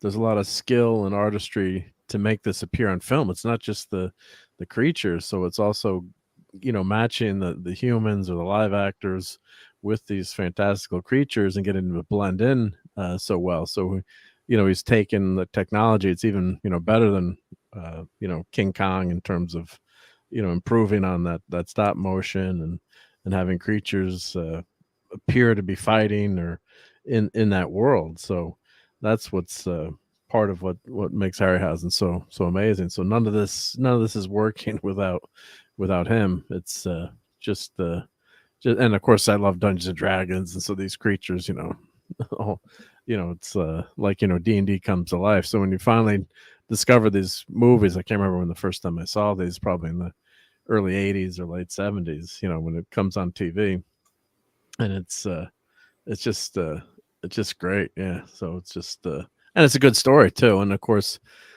the gorgeous actress doesn't hurt either too, but so there's something for everyone in this movie. So that gives it a couple extra points as well. So, but all around great movie. And if you haven't seen these, go check these out. Oh God, yeah. Go watch these movies. And if you're disappointed by a lot of crummy CGI, go check this out. So, and Monroe was also in The Spy Who Loved Me, James Bond too. Yes, she was a bit in that. Actually, yes, she was in a little bit. She was in that too. Yeah. So if you want to see other more things. And Star Crash. Yeah, the Hammer films. Yes, Hammer films. Yeah. Guys, so. I just looked it up and I did say it correct. Retro Blasting's here. Look at that. Hey, I'm sorry. Hi, Michael. Oh, the logo. Love the logo there. Good to see you, brother. We talk about Happy New Year. Well, we were talking about good stuff, although the film we were talking about previously was not so much. But yeah, but talking about a lot of Harryhausen stuff tonight, of course. Great to see you, brother. So guys, I did look it up, and I said it correctly the first time, and I shouldn't have allowed my English brain to take over. I just should have let my Greek brain take over. I did say it correctly the first time. It is homunculus, and I've got the definition here, but yay, my Greek brain still works. It is homunculus, which is HOMUNCULUS in English. Yep. And it is a representation of a small human being, originally depicted as a small statue made out of clay. It was popularized in the 16th century alchemy and 19th century fiction. It has historically referred to a creature of miniature, fully formed human. The concept has roots in preformationism, as well as early folklore and alchemic traditions. The term lends its name to whenever it's going blah, blah, blah. Anyway, little creature, doesn't have a mom, from fantasy, lots of fun, and my Greek isn't broken. Dun, dun, dun, dun. Anyway, sorry, guys. Well done. Okay, so is everybody done? Yes. Okay, Sure. then I'm going to give my review for this one, my evaluation. This is a 10 out of 10. It's a 10 out of 10. Absolutely. And if you haven't seen Sinbad, if you have not watched The Golden Voyage of Sinbad, I definitely recommend it. You should get your butt in your Chesterfield with some popcorn and a nice adult beverage and enjoy yourself. I would like to watch this whole trilogy. It's absolutely magnificent. It mixes so many different things. Like I said, you know, the homunculus, the mandrake, the griffin, the cyclops, this beautiful idea of this Indian deity. It looks like it was filmed somewhere in Greece. You have all of this fantasy. You have amulets. You have this gorgeous sets with beautiful fountains. This Destiny Fountain is absolutely beautiful to look at. Really well-written film. Lots of fun. Sexy guys, sexy gals, and the wonderful exploits of Ray Harryhausen, who I have become a huge fan of as I hang around with more geeks. 10 out of 10, Folkaroonies. Well done. Nice. Love it. And that's it. That completes my segment of the show. No more Harryhausen until hold next on. week. We'll do this one more time because I did this last week. So the first one was 20 Million Miles to Earth. This is Love a it. great film. Definitely worth your time. I gave it a 9 out of 10. We have The Giant Claw, also known as Gonzo on some type of terrible Atomic substance. Turkey. Atomic Gonzo. And then we have The Golden Voyage Retro. of Sinbad. And sorry, I was a little rough in my delivery tonight, folks. I have had 3 weeks off, so I haven't been visiting with You're you. doing great. Folks. I love you all very good. much, and I hope you enjoyed that segment, and I hope you enjoy those movies. Thank you so much. That was great. You did great. Job, Raquel. Love And it. thank you, Hungry Boy, again for Hey, Picasso. picking Yeah. all these great movies, except for the algorithm. So Don't trust the they algorithm. trust Hungry Boy, not the algorithm. Yes, this is true. This is true. Michael. And Picasso. Nice to see you, my friend. Classic stuff. Yeah. Well, I do have some toys to show. I don't know what you got? we Go for it. want to go to next. So let me Yeah, we got you. let me get set up here. Let me see if I can get I shouldn't do this live, but let me see if I can get my other headset microphone to work. That way I don't have to carry my microphone around. Okay. While you're doing that, I'll Michael try- Beacom. Yeah. Go ahead and do Go ahead, that yeah, while yeah. we do the show. Yeah. Michael Beacom, thank you so much for the $5 super chat. You were too kind. Thank you, my friend. He says, Golden Voyage trivia. The Oracle from the Well, Go North, was played by Robert Shaw as a favorite favorite to Chenier and Harryhausen. Wow. Did he say, you go in the water, Cage goes in the water, Shark is in the water, our shark, farewell and adieu to your fair Spanish ladies. I don't know. Maybe he didn't say that. Different movie, I know. Anyway, that's cool. Nice to know. Love Robert Shaw.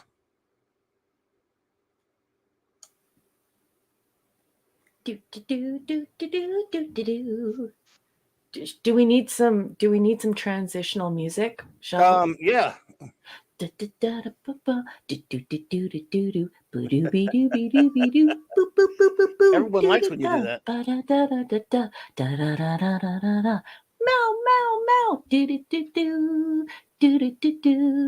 Anyway. Yes. Actually, I think it was 2 years before that, Michael. DJ Ronnie G. Hey there. Good to see you. Hello. Says, my favorite show of tonight. Good evening, Clubby and RM Briggs, Mark D with a C, and chat. Well, great to see you, DJ. Always a pleasure, my friend. Thank you for popping in, sir. Great to see Nice you. to see you. And I love turtles as well. I had a lot of turtles over the Christmas season, probably too many turtles. Oh my goodness, look what Michael did. Oh my goodness, Michael, you're too kind, buddy. Thank you, man. You didn't have to do that, my friend. You do so much for me. You can make me blush here, brother. But thank you for the amazingly generous $50 super chat. Thank you, bro. He says, this is for missing the Giant Claw segment because I was stuck watching something called 1923, and it was super boring. All love to you, my friend Mike. Well, buddy, love right back at you and Melinda. Love you guys so much. I can't wait to hang out with you again, brother. And thank you too much. You're just too kind, buddy. And sorry you had to sit through that. I've been seeing ads for it, but I have not. You know me, I don't watch much of anything, and what I do is just old stuff. So sorry you had to sit through that one. But at least, in fact, hey, maybe the giant claw's better than that. I don't know. Who knows? And DJ Ronnie G thinks that I actually ate real turtles. I would never do that, honey. Probably Mark would do that. He eats sea tongue surprise, but not real turtles. The caramel, however you want to say it. I know this is an international show and people are just dying to correct me, but those caramel things, that's what I was eating. I didn't eat real turtles. I promise, DJ Ronnie G. Nestle turtles. Yes, thank you, Chris. I have to bring Chris everywhere with me. He's my interpreter. I love you, Chris. Thank you. Oh, my goodness. What is he doing? What you doing there, Marker? I don't know. We lost him. He's back. We lost him. He's back. No, he's there, but that's okay.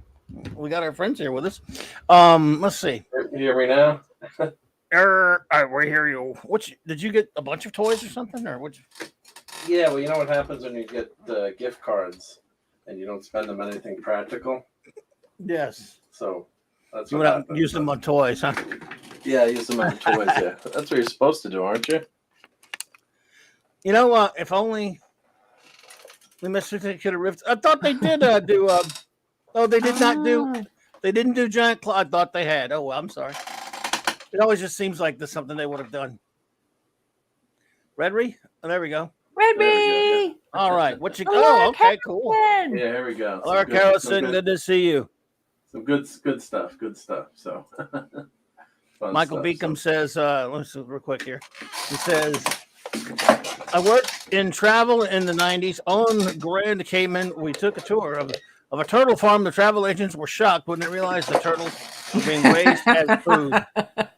Oh, no. Yep. Well, who isn't these days? So they did a nice job on these new figures. So as you can see, it says classic Star Trek, of course, because I'm guessing other stuff doesn't sell as well. You should just say real Star Trek on it, or just Star Trek. Star Trek, yeah, real Star Trek. So we've got 735 life back here. Metro Blessing says he's getting a very special toy. It's life-size Star Trek sickbay bed. It isn't comfortable, but it's meant to heal you up, not compel you to stay. Well, that is a good one. That's the best kind. And you could do leg exercises with it. Why isn't his glove doing a live long and prosper thing as well? That he could, I guess. Yeah. I know he took the glove off. Took the glove off. Yeah. And what's nice is you get a stand with these figures too, which I always appreciate. So I don't have to 3D print stands because these figures a lot of times don't stand up. These are out in the stores right now, aren't they? Damn it! These are out in stores, so this is what? enabling. Those are out in stores right now. Yeah, they got re-releases in the United States. Yes. Yeah. Not in Canada. Oh, are you sure? Do you got Walmarts up there? Yeah, we have Walmart. Check them. I'm gonna go and check never Walmart. Yep. Go check Mark is trying to bankrupt everyone. Bankrupt everyone. These aren't that bad. They're about 10. It's after 10 Christmas buckaroos. and we're shopping still. 10 gold strips of Latinum. So. Okay, I'm going to check Walmart. I'll be right back. Well, you mean like in person, or are you gonna just check them out? No, I'm going to check the interwebs. The interwebs. I'll be right here. Oh boy, Metro Wrestling says that those new Trek figures have the worst distended camel toes. I am not trying to be funny, but hey, truth hurts. Whoa, are they? Do they? Oh, really? We got some ninja boot happening there. Got some moose knuckle and camel toes and lots of. Oh boy. Now I can't unsee that retroblasting. Now we can't unsee it. Now he's right. Look at how Oh, it is distended. It looks like his diaper's full. Okay, you file that down or something. I'm not going to look those up. I would still. Raquel, I would still get it. I would still get it. Would you? Okay. I'm not telling you to. You don't have to, but I'm just saying, if I saw it somewhere and could afford it, which I doubt it because they're probably expensive, I would. I'd still want them, but. I see what Michael's saying. It is kind of he says, look at Khan. I don't know if you have, did you get Khan? Look at Khan. Oh, Yep, no. we have to have Con. Okay, They got to let's buy them type all. Star So. Trek and see what happens. Or should I type distended privates? Oh man. Maybe No, not. that's not going to matter. I don't think so. Yeah, but I wouldn't have thought about. I don't know if I would have thought about it or not. But that's why he's retroblasting. They see these things. Wow. Michael says, Con has "Does Spock glow in the dark? Here come the shin kicks." No, he doesn't glow in the dark because of radiation. Con has the Too Kobayashi. soon. That Too would be soon. funny. It's only been 40 years since I years. got to meet Leonard Nimoy. Oh no. Oh. Retroblasting. Michael says Khan has the Kobayashi Maru of camel toes. That's Wow. not good. It means it's unsolvable. It's not good. It's a no-win scenario. Hey, No Captain James C. captain's log Skywalker. through. Mark, did you get James the thing, C. Kenner? Hey, buddy. Did you get the thing, Kenner Retro yet? I got a friend of mine picked it up for me, but I don't have mine yet. But you got yours, didn't you? It's on order. Still looking on order. It's on order. It's Oh, supposed. look I at was this. hoping A it would Star show up Trek today. bow tie. What? Stick to the just- action figures. Don't get distracted. Sorry, I'm going straight to the action figures. Thank you, Mark. But yeah, the packaging is nice. I'm not sure where this Q code goes to, but you could scan that. I don't know where it takes you. Probably to the Playmates website, I guess. But and Playmates did have a really nice line of these figures. So let's see. So we'll go to Con. Oop. What? Oh, How do they have BL from last Battlefield Jesus here Christ. for $74? I don't know. You guys take the helm. I got to go get some medicine. Okay. Okay, Take over, number one. I got you, boss. I got you, boss. Okay. Ooh. It's pretty good sculpt. I mean, it's not, these are small scale figures. So, of course, you got the CD eels here. You got the phaser. Yeah, they don't have them in Canada, Mark. All they have are the retro ones, and they're like $120. Well, maybe someone's reselling them here or there. Well, this is You the can Genesis resell control things box. through Walmart? Yes, Walmart has its own marketplace, like Fleabag. What? Yeah, you got to check. So a lot of times you buy stuff on Walmart. Time to put Walmart in the agony booth. We just got to look and say who's the seller, just like on certain other sites that I use. Really? Like Newegg, yeah. I did not know that. Sort by. Well, how about I want it new? Sold and shipped by Walmart. Oh, there it is. I just found the little thing you told me to.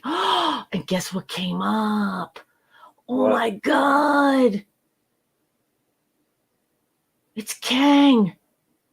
And it's Amigo. And it's only $19.96. See? Buy it. Buy now.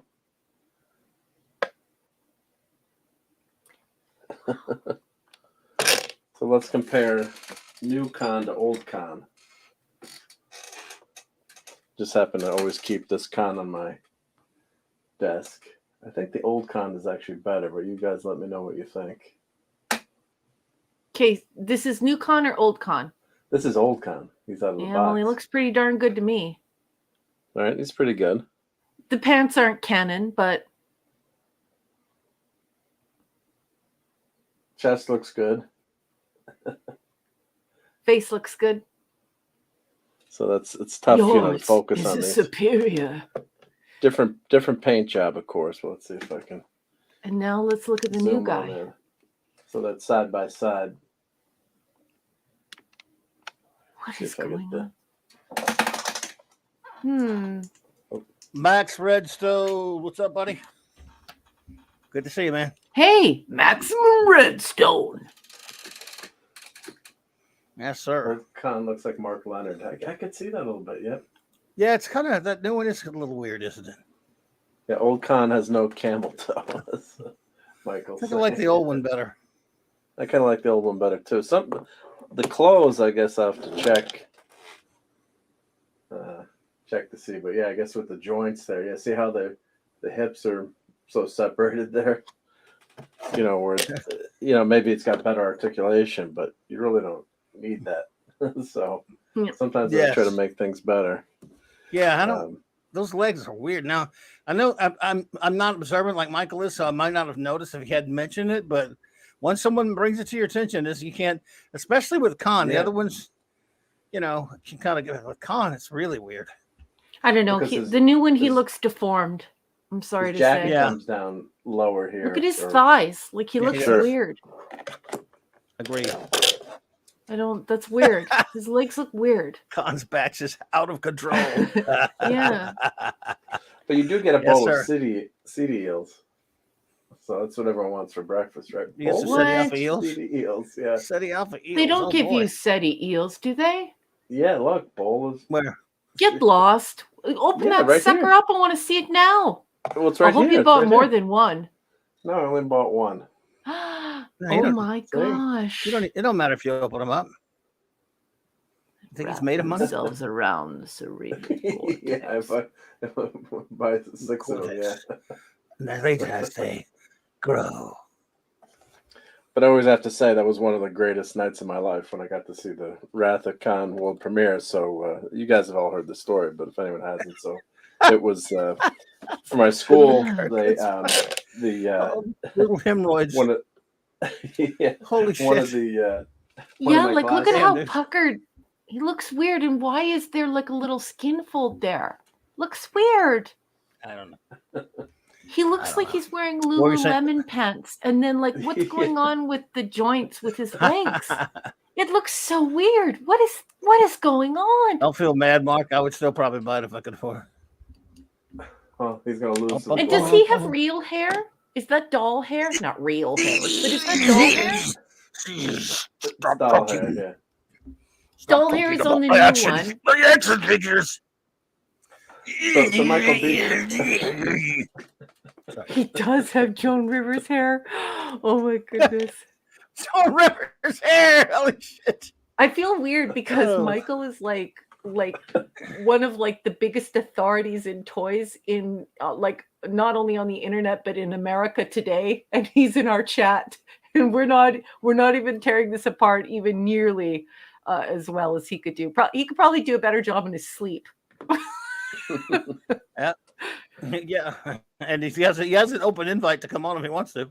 Yeah, if you want to jump on and tell us what you think, Michael. Like I would love to have you on here. No pressure, but if you want to. Yeah, no pressure. You don't have to stay here for like 4 hours or anything like that. But if you just want to come on and talk about Con Union Camel Toe. Don't pressure him. I mean, he's got a busy man, but he is definitely welcome. Yeah. But I just love to hear what you think because you're brilliant and you can teach me things, and you already know I'm not a geek, so I need you here. Wow. So anyway, I was telling that story that Michael B. was asking. Don't tell the story. Go ahead and tell it. Yeah, I'll finish this. Yeah. So anyway, so Gary Nardino was the head of Paramount. His niece went to school and friends with him. Started kindergarten with. So they had a choice between Grease 2 or Star Trek 2: The Wrath of Khan. And I guess it was a Catholic school, so I guess Grease really didn't have a good message. So thankfully, they picked The Wrath of Khan to show for the world premiere as a fundraiser for the school. And Leonard Nimoy was there at the opening, so I got to meet him, and I showed them memorabilia. So I got the tickets from that night signed, and it's like when you go see one of your heroes, you just like, "Hi, Mr. Spock." I was 12, I think, at the time, or 14, and you're just speechless. But that was one of the so I've always collected anything I can, Wrath of Khan, and just love it. So yeah, here's the ticket from that. Yay! From that night, yeah. So June 3rd, 1982. So we got to see, you got to see the movie before anyone else got to see it. And of course, there was no internet back then, but there were rumors of, what had happened, with Spock dying. So here, of course, I've got Leonard Nimoy's signature on, 2 of the tickets from the. Those were not good times. We had no idea what was going to happen with him, and all you had to rely on was TV Guide. Hey, everyone, please say goodnight to the great JD Lewis. He says, great show tonight. I am exhausted. Good night, friends. See you soon. JD Lewis, thank you so much for joining us. And thank you for supporting this show and just for, just being you. We love you. And Michael from Retro Blasting is saying, send me a link to Facebook. Great. So Michael is going to join us and help us compare Joan Rivers hemorrhoid con with regular con. It's going to be great. It's gonna be awesome. It won't be a con job. But I'm pumped. Sorry. So wait a minute, that's my bad pun aside. But and the other thing that happened, Michael, I kept asking my dad to buy things like the phaser, and he's like, "It's crap. Look at it." My dad had an accent, so it's crap. That looks like crap. It's garbage. It doesn't even work, So for years, I'm like, Dad, look how much this stuff is worth now. Like the phaser, I think went for $200. My friend Kim, her dad bought Spock's ears, authenticated from the Wrath of Khan. So, I think it went for $4K. I'm like, Kim, if you ever sell them, but I could never afford them now. We're joking. I mean, it must be worth, God knows what. But, they had all kinds of artwork and production stills and, some of the matte paintings. It was gorgeous. So, but a fun night. So anything Wrath of Khan, I always make sure to grab whatever I can if I see something. So even if Khan has camel toe, I'm buying it, I guess is what I'm saying. So this is pretty good right here. Yeah, they did a pretty nice job with this one, even though it wasn't by Kenner. No, not by Kenner, but by fictional Kenner, I guess. That's what I guess what it would be or whatever. Hey, guess who's here? Hey. Hey, Michael. Hey, let me just turn off my dumb phone. All right, there we go. Hey, man. Michael, Sorry to bug you there. Say hello to Michael. Don't feel obligated. Hi. I'm so glad to have you, though. Special Hey, guest.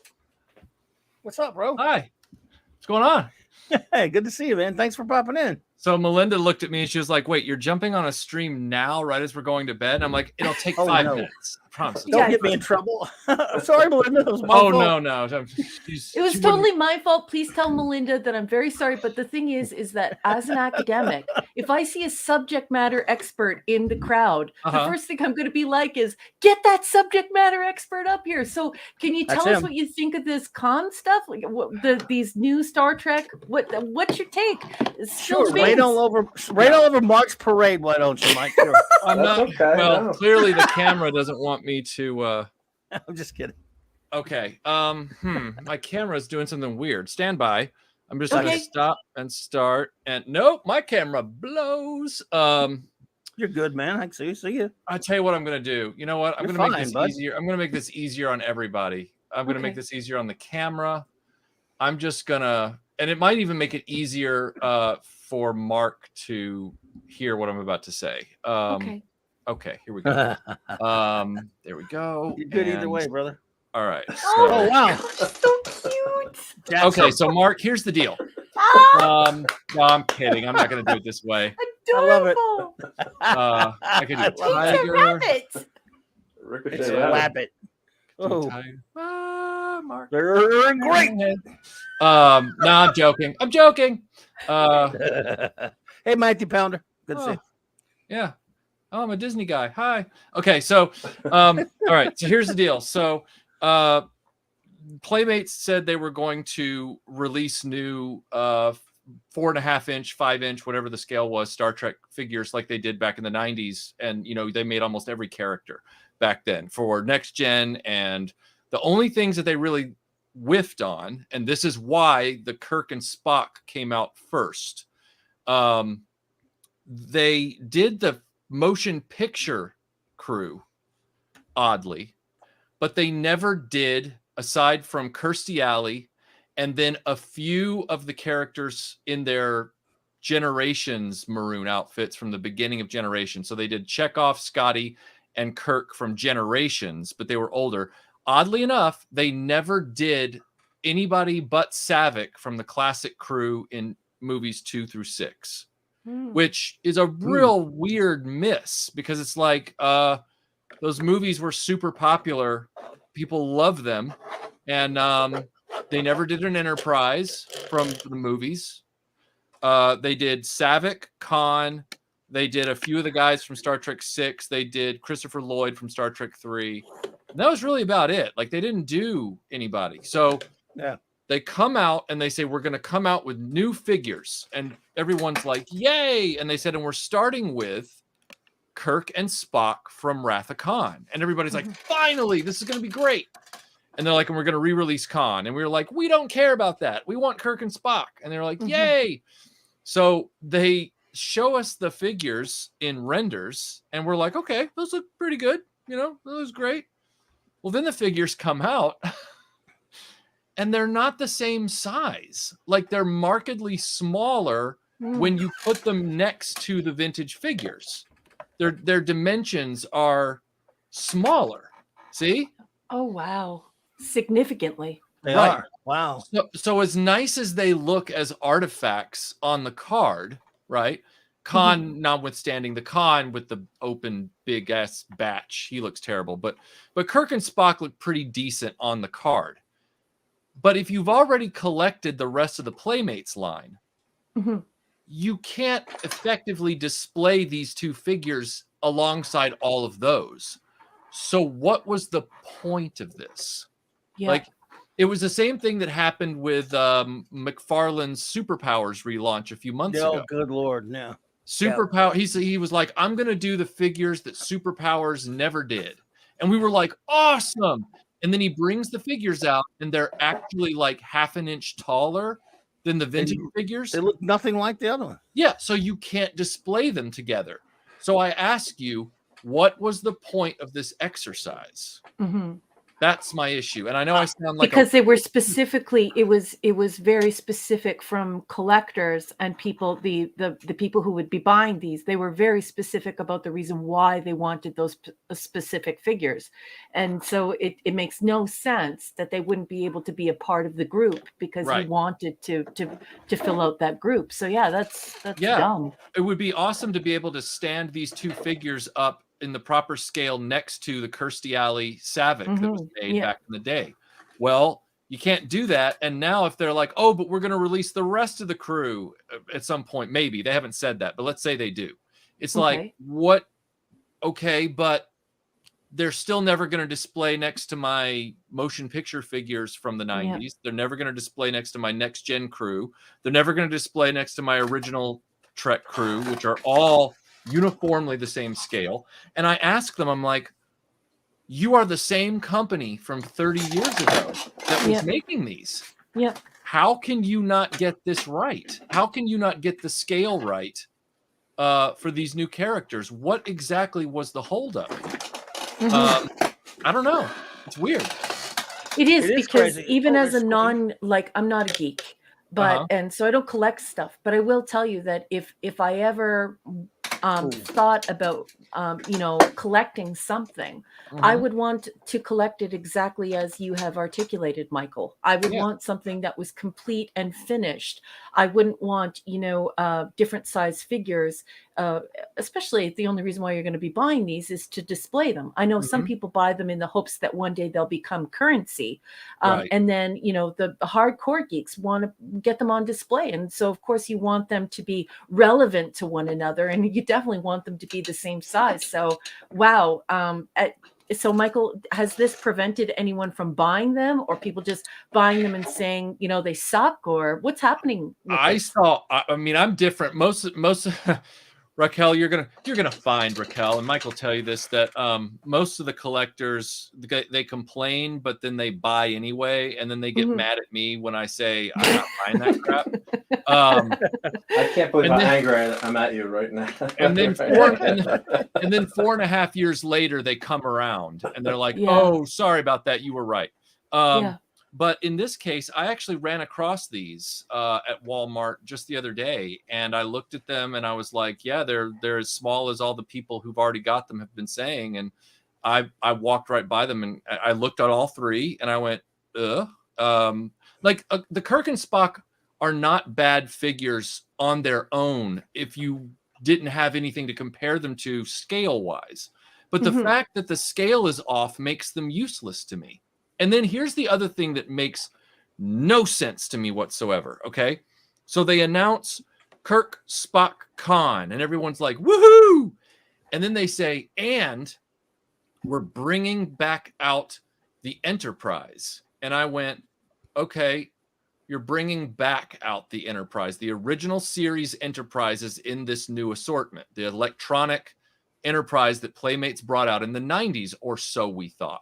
And at the time I was like, okay, so that makes sense. They don't want to spend the money to tool up a movie Enterprise, which is one they never did, which would be more appropriate with these 3 figures. Yeah. So they're like, okay, they're saving money by just bringing out the tooling to do the original Enterprise toy again, but I don't need that because I've already got that in my display case over here. Yeah. Well, then the ship shows up. It's a complete retool from stem to stern. No way. And I went, now wait a second. If they had to retool the entire toy, why didn't they just make the movie toy? Like, because they never made that, and we all wanted it just as much as we wanted movie Spock, movie Kirk, movie Sulu, movie, you know, that it is baffling illogic. And that's ironic because we're talking about Star Trek. It is totally illogical. Makes no sense. So we have 3 Wrath of Khan figures and an original series Enterprise. Well done, Playmates. Well done. Like, doesn't make any sense at all. Yeah, just like with Playmobil. Playmobil releases this beautiful original series 3-foot-long Enterprise with the full crew and everything. The next toy they make, Star Trek 3 Bird of Prey. Why? Yeah. Like, what? I don't know. Like, it makes no sense. They should have done the movie and the A. They should have gone to the A next. Yeah, that's what Michael was saying earlier. It's like when people envision collecting this stuff, no matter what kind of a collector they are, whether they're just your basic normie or all the way up to super collector, you want to have like a theme or an idea behind your collection. And so when they turn it into a hodgepodge and they're repeating themselves or they're leaving huge gaps, it leaves the collector baffled because the collector's left thinking, well, what am I collecting here? How many cons are they going to offer? And is that the extent of my Star Trek collection? Just lots of cons with varying crotches. Yes. Isn't it interesting that we're talking about the pros and cons of this assortment? No. Minor critique of pros on cons. Minor critique of the box art. I'm not sure what genius thought it was a good idea to have a SETI Alpha eel in front of the Delta shield on the 40 years. Why? I know it's Wrath of Khan, but why? I just noticed that. They defiled the Delta. These are the questions that a lot of fan-child toy collectors, I say fan-child, I should say man-child. These are a lot of the questions that man-child toy collectors don't want you to ask because they don't want you to yuck their yums, as they like to say, which makes me just throw up in my mouth a little bit. And yet here we are. And I'm not trying to be negative. I'm sitting here pointing out that this assortment decision has no rationale to it at all. Agreed.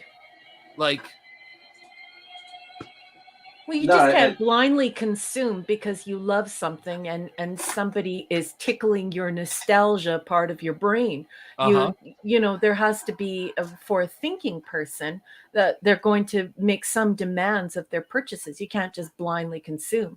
Yeah. I mean, for me, I would definitely want a full collection presented to me with some type of theme behind it, whether it be a movie or whether it be a TV series, and it should be full and complete, and you should be able to purchase it. Yeah, I mean, let's take the Playmobil Enterprise. It's a beautiful toy. I reviewed it. It's amazing. It's totally worth owning. If they were going to do another ship after that, I would understand them doing anything from the original series, like the Klingon cruiser or the Romulan bird of prey or anything. That would make sense. I would also understand the rationale of them saying, we're going to do another Enterprise, like the movie Enterprise, because Enterprise ships sell well. Okay, can't argue that. Let's do that. But jumping from the Klingon, jumping from the original series ship to the Klingon bird of prey from Star Trek 3, with Star Trek 3 themed figures, I might add. I'm sorry, and Star Trek 4 themed figures with it. So whatever.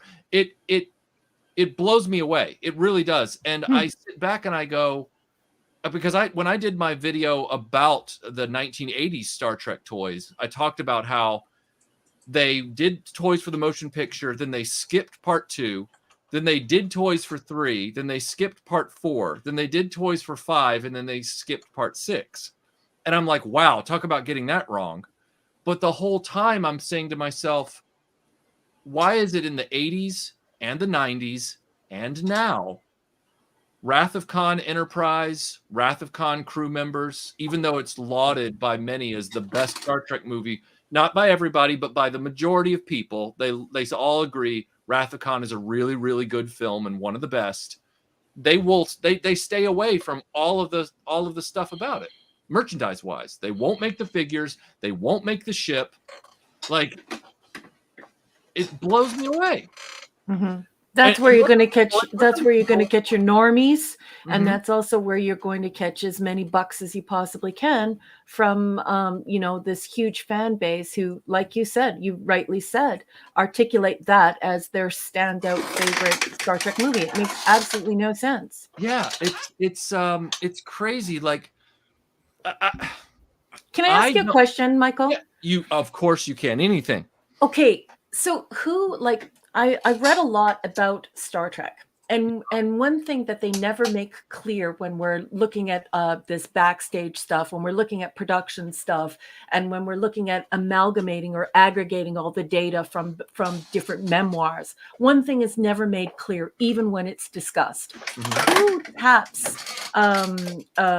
these decisions for making the figures?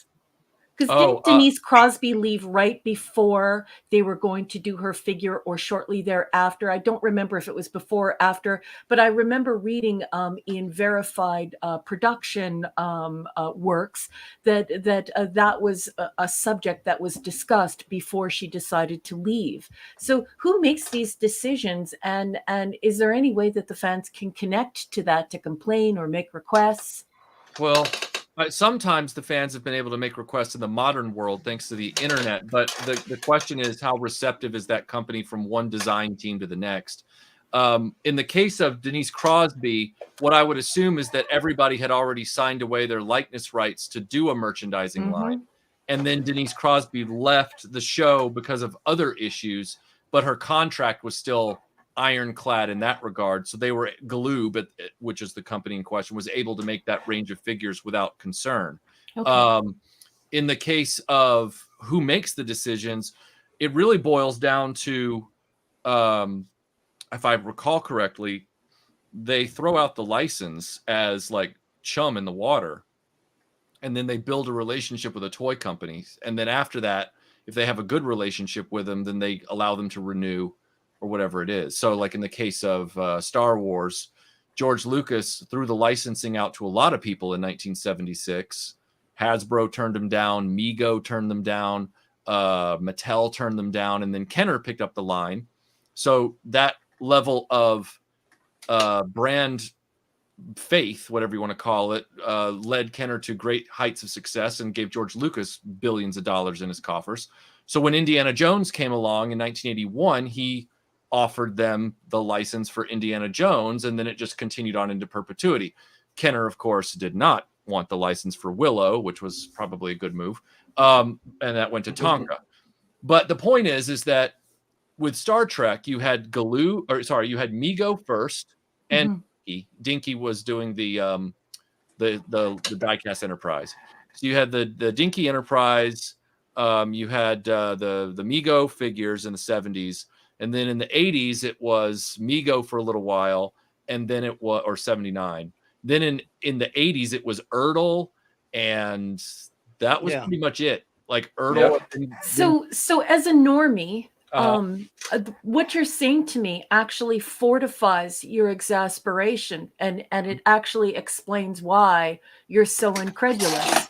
and that is if the procedure is to, you know, put it in their contract, hey, let's sign off on your likeness because we're going to need some t-shirts, we're going to need some merch, we may do a figure, you know, sign off on this, then this totally makes sense to me why you would be incredulous, because why not just execute those contracts and do it fully, do the full cast, do the full crew, and do the ships from that iteration, and stop messing around. And why are you mixing it all up? Because you're confusing the consumer, and you're also hurting yourself, because collectors want to see something through. That's the height, that's the apex, that's the, you know, the place where relief happens. When you complete that series, right? So I see exactly where you're coming from now, and it makes total sense. That's very dumb. That's a, you know, and I didn't notice these. This is the first time I really looked at these. I bought them online, and you know, of course, I have quite a few of the other figures, so that kind of settles these guys staying in the box, and I'll hang them up on the wall. And like you said, yeah, they do look pretty good. But I think, yeah, it's a cost saving measure. Is the only thing I can think of. Otherwise, you're an idiot with the design, because yeah, I mean, look at how much bigger Khan's head is than you know, the new Khan. So you know, of course, ridiculous. Petroleum prices are way up, so plastic is way up. You know, the difference between making a mold like this is insignificant in terms of you know, EDMing. You know, the size is so close that it's really, and you're just saving not that much when you do the shots of plastic. Right. It's, you know, the minuscule amount of plastic.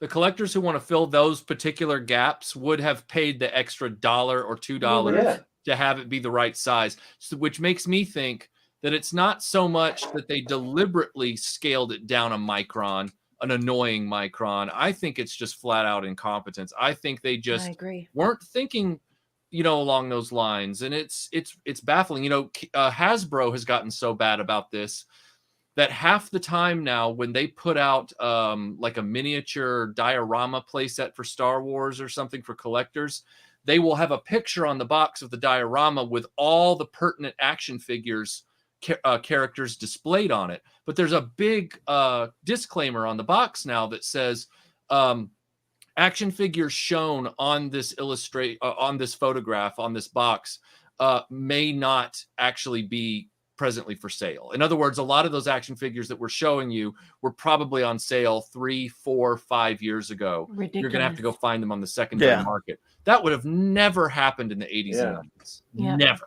Like what they've done is they've created an anti-collector environment, and now they're just, you know, it's an incompetent production, and that's a recipe for disaster.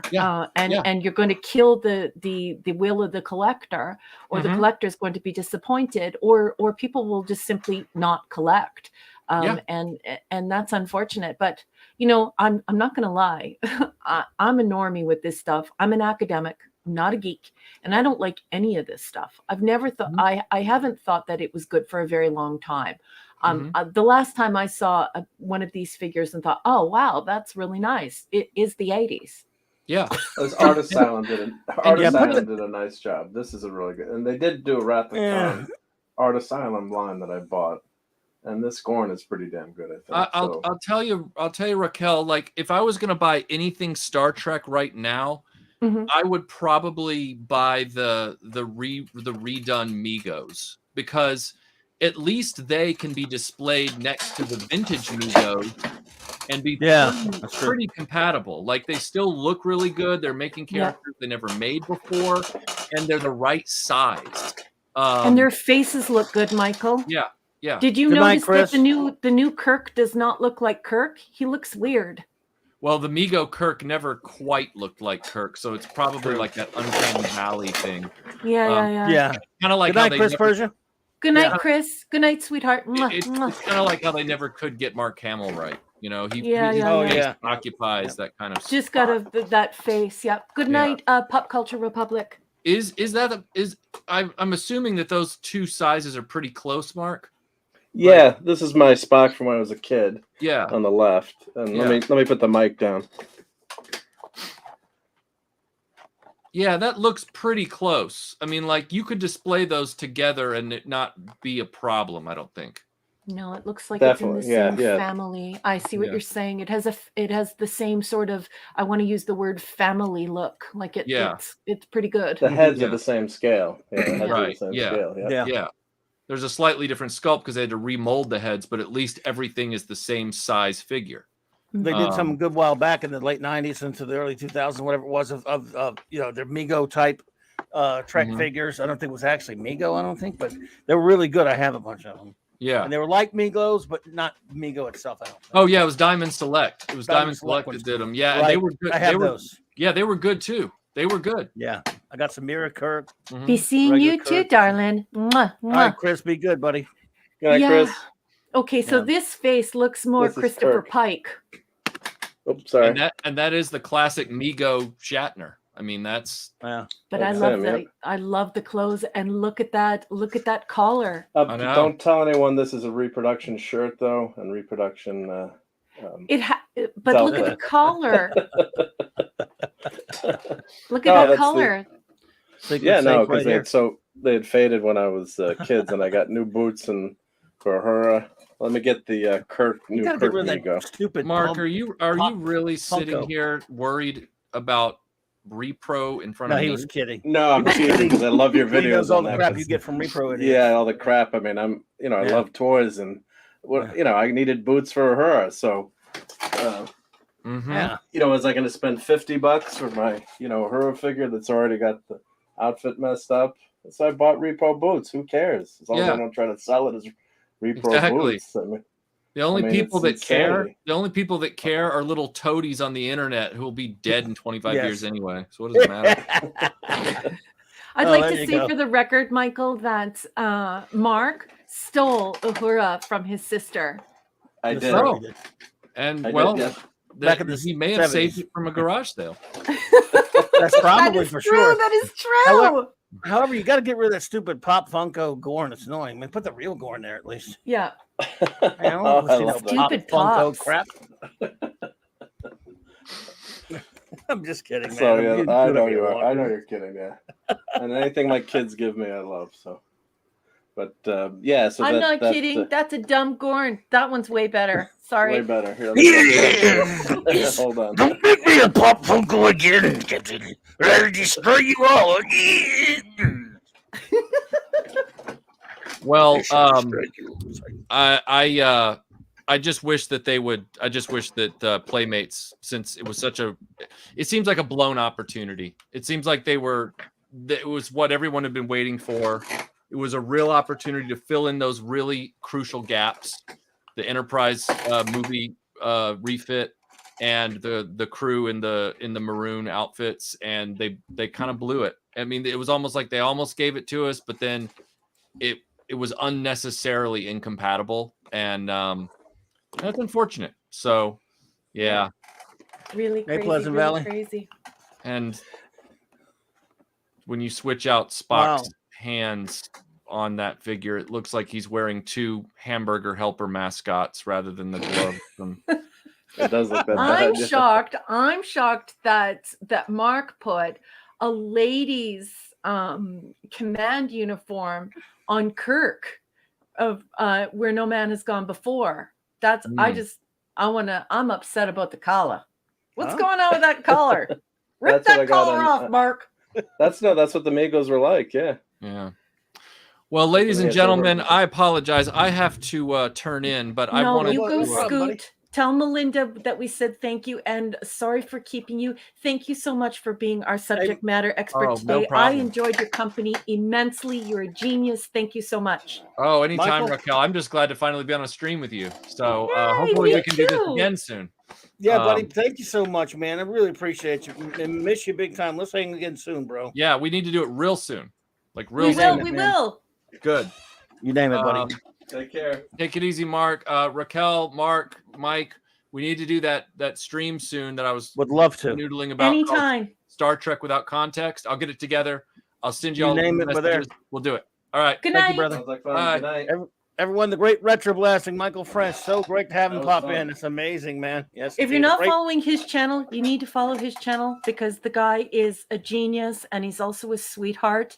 And so is his wife. Very knowledgeable people, really great people in the community, just great folks to hang around with. So, and good friends with Clobby. So, hail the great retro blasting for popping in and offering his expertise Indeed. here. Yay, Clubhouse!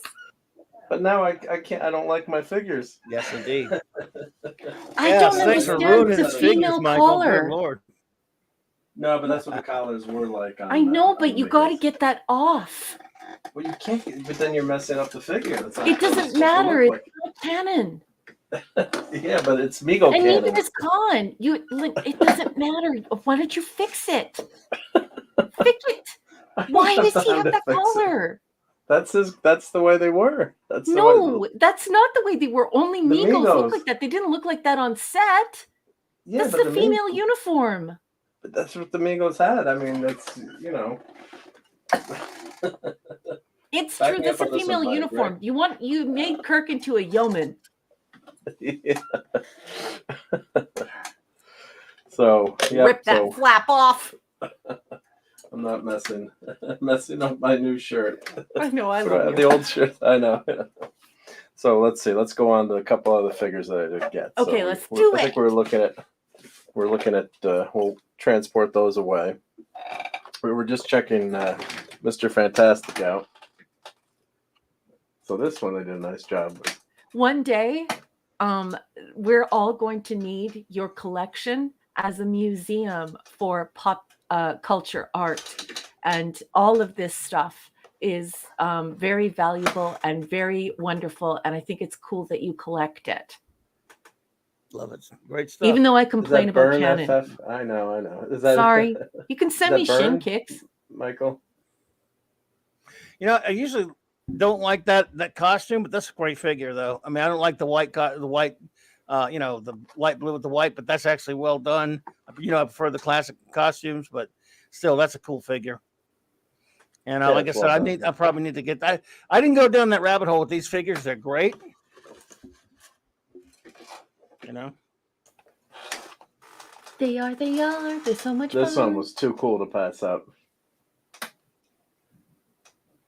Falcon and Redbird. very That's a cool. nice figure. Love it. I love the I thought Falcon. they looked- That is a damn cool figure. These are small. People don't realize, but you can't get an idea of how tiny these things are compared to the Marvel. I love Legends that stuff. Gorn. I don't think you've ever shown us that Gorn or shown me that Gorn No, before. I I love haven't, that yeah. Gorn. I got him out of the basement. Who made that Gorn? That's that one is Art Asylum. Art so it's a Asylum, beautiful. yeah. Art They made the Enterprise. Asylum. They made I the wonder how Enterprise to buy figures. that. Well, It's you not might- out there. I don't know how much it is, but we can go look for it. But Expensive. yeah, someone I don't know. take a look. Yep. But they did a nice Wrath of. I think it was Art Asylum that did. Or was it Diamond Selected the Wrath of Khan line? I bought these all at the same time, but I love the Gorn. it is a nice Gorn, yeah.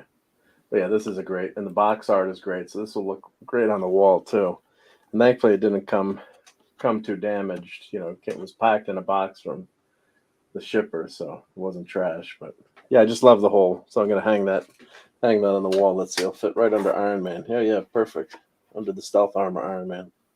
I should get him a cap figure up there. But yeah, these are. That figure fell on top of Mr. Fantastic when I was setting up tonight, so he messed up his box. But it's okay from the front; it looks all right. But one You of my could Doctor vacuum Who it. figures. Yeah, Oh, look, these figures are $7 at Walmart now. Those Marvel. yeah, they're cheap now. They're cheap, so That's pretty I decent. don't know how many they have or what the line is, but there are quite a few. I mean, they're at least 15 to 20, I would say, in the line. So I got. I was at the dollar store, so I got Wanda, the glow in the dark Wanda for my niece. So I got to give that to her for a gift. She loves Wanda. So see if I turn the lights off if she glows. Let's see. Does she glow? Not much. I guess she's got to charge up. She's out of hex energy. So I got that. And they have a glow in the dark Thor that's not from Vegas. So she's supposed to glow in the dark. But It's not anywhere. You Mark. probably have to look on eBay. You'd have to. That figure's old, so you have to look on eBay. Yeah. Oh, it's on your flea bay in Australia. There's only one of them, and it's $80. Wowzers. Wow, this is a Yeah. nice one. Yes, if you should, the head sculpt is very well. I also like the costume though. The Yeah, no, costume everything is really good. really good on this figure. Yeah. Mhm. Like really good. That's a good one. This is better than a Pop Funko. Who is this? I shall kill the Stay Puft Marshmallow Man if you bring them a Pop Funko. So Mark does it. Who is this, Mark? Which? This is Art Asylum. Okay. Art Asylum. Yep, Art Asylum. So that's who made it. They did the That's Enterprise amazing. figures that I have. Hmm. That's a Well, pretty Yeah, good they one. must have had the license then. Yeah, and that's when Yeah, they the did some stupid Trek thing. ones too, some good Trek ones too. Yeah. But then they did the Made some they mistakes. did spacesuits, so that you're like only have Hoshi in a spacesuit. They screwed it up by having Hoshi only in the spacesuit and Phlox only in the spacesuit, I believe. And Because they I had you to. get They the had a whole special line. deal. Yeah, and Trip only in the spacesuit unless you ordered like some. I had to go like to get Wizard had a special offer of a limited edition of Trip in the normal outfit. Yeah, It's yeah, it weird. was And a I got. special order. And remember, we talked about this a while back. They didn't Yeah. finish the bridge set. I've got all the That's bridge right. set. Yeah, except no Mayweather. Okay, did- I'm it starting to did totally sell on a- understand your guys' world a little bit better here. Like I see why you guys complain. It's not empty complaining like, oh, they're not making enough for collectors. It's that they're starting this stuff and stopping it, and they're not completing stuff, and they're really messing stuff up, aren't they? It must be very frustrating for geeks. Geeks love this stuff, and you guys are there. It's like that meme, take my money, but they're messing it all up. It must be very frustrating. Yeah, it's a Mhm. pain. It's Yeah. a real pain when you can't get that figure. Like Retro Blaster was saying, I didn't realize that the scale was different until I got them and I just put them on my desk to look at tonight. But then when I grabbed Con, I always was going to compare Con because I always keep Con on the desk. And yeah, it's really big. It's not like it's 5% less. You won't notice.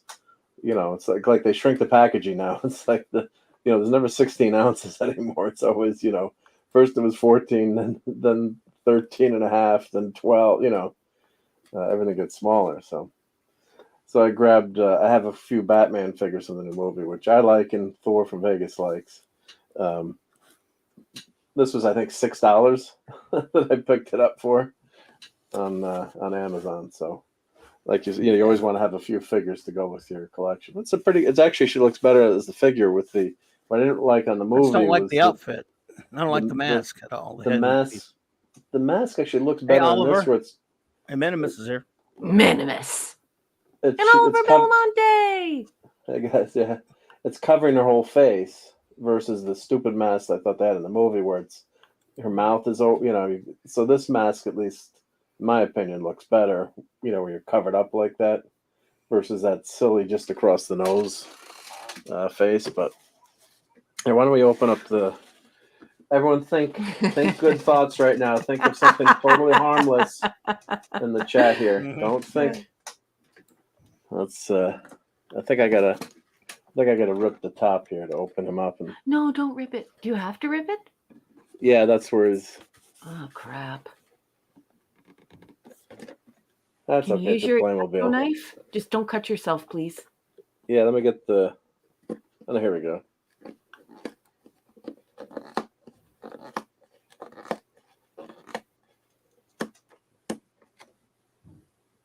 I tried to think of something harmless from my childhood. Most innocent, harmless thing ever. Something that could never possibly hurt us. What did you do, Ray? Stay Puft Marshmallow Man. That It's the Gorn, Stay I Puft cannot Marshmallow. believe how nice that Gorn is, and it's $80. Ooh. $80. I have that first appearance Batman back there. Coolness. Where'd you get that one, dude? Recently? I got that a long time ago. Yep. Come on, Stay Puft, come out. What's this guy I open want up? that Gorn. I'll see. Then I I'll want see to if I phone can find it. Clobby every day and be like, Clobby, make the Gorn speak. Gordon says, Yeah. Stop calling me my first gargoyle, Captain. I shall be merciful if you stop using it. Ouch. Oh man, I need water. I love you, Clobby. I love you. I love you. Oh no. I can't talk around.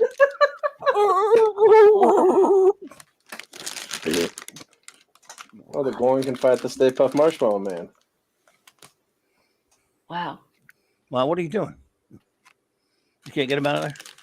Oh, I'm gonna get him out of the bag now too. I was just, so you get to see him. It's cute. Cool. Love it. I want this freaking Gorn. What do you do with a sailor in New York? Hmm? What do you do with a sailor in New York? Oh, Sorry. look at this guy. Yeah, I can't say. I won't say it, but yeah. Get this guy. We have nothing to worry about. He's a sailor. He's in New York. Nobody steps on a church in my My town. town. Wasn't that Dan Aykroyd's line? No, that was Bill, but I'm glad to hear you quoting a movie has made the world to us, believe me. I read it out of the chat. That's what geeks do. Corrupted Raquel. Oh, no, you read it. Okay. I Oh, read it's in it the out chat, of the okay. chat. Well, that's close enough. Still, because that's what geeks do. I know, you guys are great. So this prehistoric bitch, shall we do things downtown?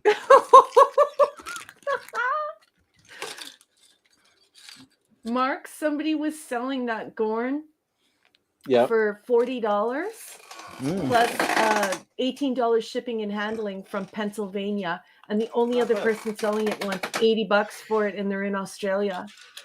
Yikes. Well, it's probably a rare. I guess it's a Yeah, that's a beautiful rare item. one. When did you get it, Mark? I probably bought it when it came out. I'm guessing. That's beautiful. Probably It's from 20 years ago. 2004. That, Not a I bad should have got guess. that. That's when I was getting. I got Kirk, Spock, McCoy from that line when they were coming out with the others one, and I got it's probably the only ones that I Wish know. I would have been friends with you guys back then. I would have told Would've you made about sure. that. We'd have told you guys about that. would one. have told me about that. DC Direct. Yeah. Those or Diamond Select rather. Diamond Select is. They were DC like, Direct or Diamond Select, something like that. Yeah. I love Diamond Select. They make the best replicas. They used to. They don't make anything anymore. No. So what is this? Is Legos, huh? No, this is Playmobil. Actually, I mean Playmobil. Sorry. Yeah, no. So it's pretty well done. So you get stands right there. And so, Yeah, indeed, hungry boy. Never pass up a comes chance to make a Rob Liefeld joke. and they give you the scale in the box, which is nice. Yeah. So I might get the Playmobil Ghostbuster Ecto 1 because you can never have too many Ecto 1s. No. So that looks that's pretty nice. Yeah. So Yeah. then you can and they always come with these accessories here. So he's got all his little gizmos, and you can put the scanner on top. We got to put the so the gun here. Yeah, it comes with the gun, and he's got the stream coming out, I guess here. So pretty. That's hysterical. Dab man. What's up, buddy? Sweetheart. Hope I you saw and the you clan are in doing well. I saw you in J-Man's chats. I think I just missed you. Hey, Dad Man. Yeah, what's not to like about this? This is fun stuff. That's hysterical. And he stands up too. Nice, yeah. Very nice. Not bad. Right, Minimus? I need to go back to 2004, quickly grab the Gorn, buy stocks in things that are going to be invented, and then quickly come back here. Yeah, right? Yep. Yes, sir. Yes, Well, sir. Mr. Stay Puft, I think, could be a little bit bigger, but this is fun. Well, yeah, the scale is not really there, but what are you gonna do?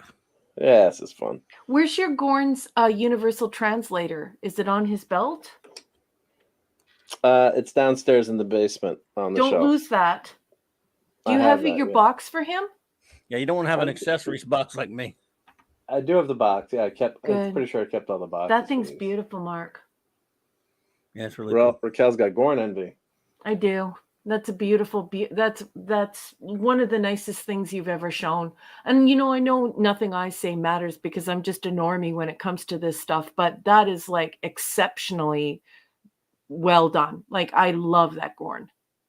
Yeah, I have You know a how good that would office. look on my bookcase next to all my Star Trek books? I better watch out when you finally show up here. You're like, Maureen, where's that Gorn?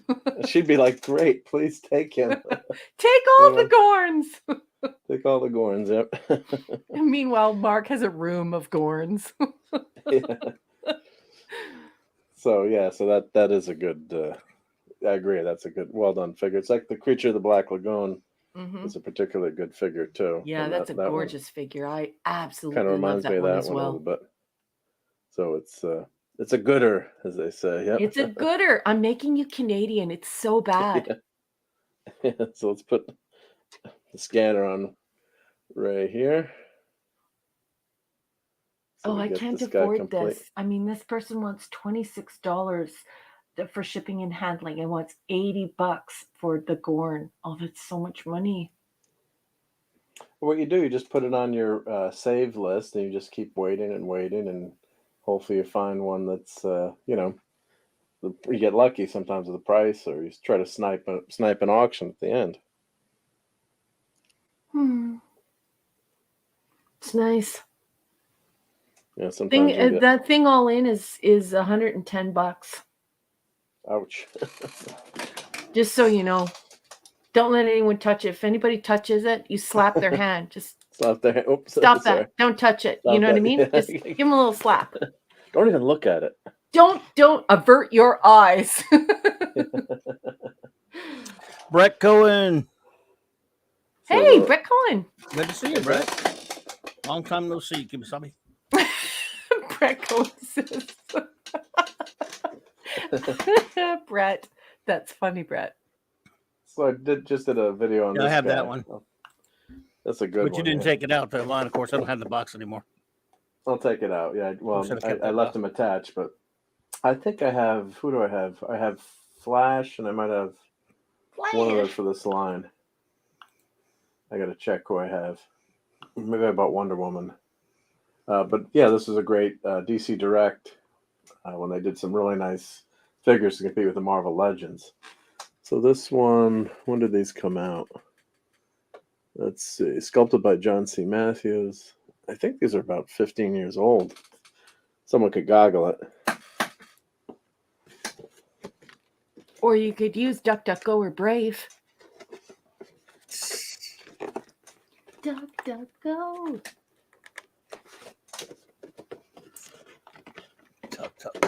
Open up. Darkwing Duck Duck Go. And look, What? I've got a copy of Detective Comics number 27. Yep. I kept that. Aw, Is that cool? it's cute. Actually, I Right. think I remember seeing those when I was a kid. And that's a comic inside. Didn't that come in a gum card? It came in this case, it came in that action figure thing. Oh, Still that have came that with an somewhere. action figure. Because I remember the gum cards. You could buy them with and you could get like a little comic, and there was like a strip of gum on the back that was like flat, like a piece of paper, and you put it on your tongue. It was always crunchy, and it was supposed to be soft. Worst gum ever. So if anyone wants to offer me $1 million for this 9.0 detective, $1 million.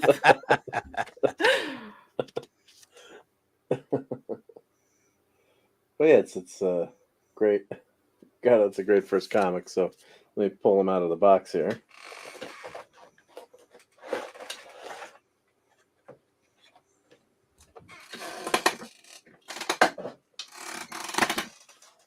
Otherwise, you can't with all the glare on them. I'm not going to fully detach him, but Oh, is purple gloves. Mr. So it's Angel really cool. leaving? Sorry to interrupt you while you're talking, Mark. Is Mr. Angel No worries. leaving? Good night, Mr. Angel. I think, judging by your emoji, I think you're leaving. Good night, Good night, Mr. sweetheart. Angel. Thank Good you night, so Miss much Angel. for that short that you sent through Mark on practical effects and CGI, and just it was beautiful commentary. It was a beautiful short. I enjoyed it immensely. I shared it on my Twitter, and so yeah, really, really cool. Loved it, loved it. Thank you for thinking of me. It was very kind of you. Thank you for joining us. So what's nice about I love the cape. So it's got a wire in the cape, so you can I noticed that. adjust the shape, and it's it's its first appearance with this. What do we call it? Triangular cape, or how do you want to describe it? But yeah, the cape wasn't flat on the bottom. No, it says they really captured Bill Finger's design pretty damn well here. I think so. It's a nice job. So yeah, I just like having I hang this one up, hanging downstairs. So I'm not gonna pop the Don't do cords that. in the back, but yeah. But it does, if you did have it open, you could really adjust the cape so it's, you can. It make looks a like cool- one cool of the pose. wires poked through. You should probably pop a stitch in that. Oh, or is that no. one of the holding thread? One No, of it the did holding pop cords. through. It popped through. And pop through, yeah. There should be a plastic piece on the end, you would think. You know what you can do is you could use some no-sew and just put a little bit of heat on it, like a warm plate, or I wouldn't use the full iron on it, but I would definitely get some no-sew. It looks like fabric in itself. It's quite see-through. Yeah. It looks quite gossamer. You just poke a little bit of that into that hole and then add some heat to it to fuse it. And then you won't see it. Do you know what I mean? See, yeah. And it won't I think I pop have through again. Fabric fusion, is that what they call it? I have Do you no know idea, honey. It's like No idea. fabric glue, basically. Yeah. Yeah, I have some of that for putting Boy Scout patches on. Oh, maybe I'll try that. neat. So, yep, so that's... Oh, that's what you use for your Boy Scout patches? Well, when you got to do them quick, and then you can sew them on after. Okay, so how much? Wait a second here. Hold on. Back the bus up, because I bought a bunch of official stuff at the last con for my pool case. So I want to put my Star Trek insignias on my Predator case. So can you do me a favor? Can you tell me what you're using so that I can buy it? It's called Fabric Fusion. I believe I'm away from my keyboard, but if you Google Fabric Fusion, Does it work on leather? I think so. I think it might. See, you never know what you can learn from your Boy Scout master, folks. He's a Boy Scout master. I will try. And there's also something called Badge Magic, which you can buy for your Boy Scout patches as well. It's more like a sticky tape, like a double-sided tape. But What's that called? What's that called? Badge Magic. Badge Magic. You are a lifesaver. Because I want to make my Q, like my Q case is expensive, and obviously it's real leather. And I want to get my Star Trek stuff on it. But I don't want to wreck it because it's official Star Trek stuff, and the bag is really expensive. So I'm just going to look up Fabric Fusion and Badge Magic. Thank you, Mark. You're welcome. Nice. So that's our show and tell for tonight. That was a good one tonight. Yeah. Got Retro Blast in to stop in. Oh, this stuff looks really good, Mark. Ooh, this stuff looks really good. Oh, it dries flexible too, and dries clear, and you can machine wash it. Yeah, you just got to watch out for the heat. So if you put it on too high heat. Yeah. So here's Kirk's original Amigo uniform. You're right. The collar's a little bit less, I guess, than on the. Let's see. Yeah, that flap over that is triangular.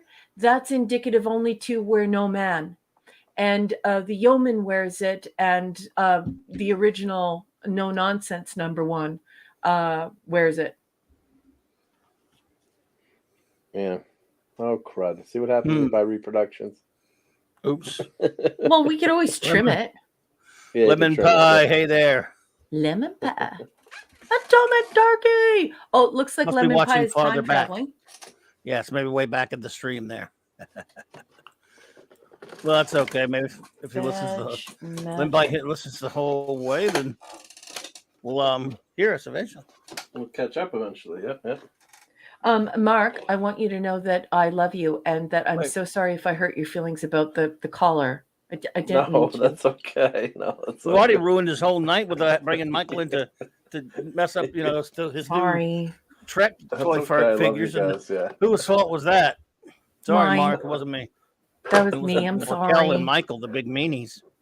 I'm Well, no, I sorry. think- But at least I figured out that there's a different scale. If I'd opened them up out of the box, I would have been really disappointed. You know what would be really cool is if your little Migos had the cage collar. Or you know what would be even cooler if you just mailed me that Gorn. That's true. Right? Just mail With it. the translator that should be in his other hand. Yeah, that's downstairs. Yeah, it's on the shelf. Yep. You could just mail that to 1122 Cheeky Cheeky up. No, I'm kidding. Chick, The thing chicky is boom, the, chick, chicky boom, chick, chicky boom, bop, bop, bop. That thing, the universal translator, always falls out of his hand. So. Oh yeah. Yeah, that's the scary thing for geeks that would drive me up the wall is losing the little teeny tiny pieces. Mike might have it though. He's got a box of them, little teeny tiny pieces, right, Mike? I do have a bunch of those. Bunch of accessories in a box. And Retroblasting thought he could figure them out at one point, right? He could. If there's anybody who could suss them out, it was him. It's just it would take you and him way too much time. And I would not do that to him because he's too good a friend. The funny thing was I think I found the I recognized one piece, which was the Doctor Strange Doctor Strange statue that goes in the middle of the figure where he's casting spells. Because I had the same figure.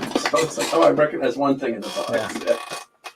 But yeah, you're right. Yeah, I end up all these little pieces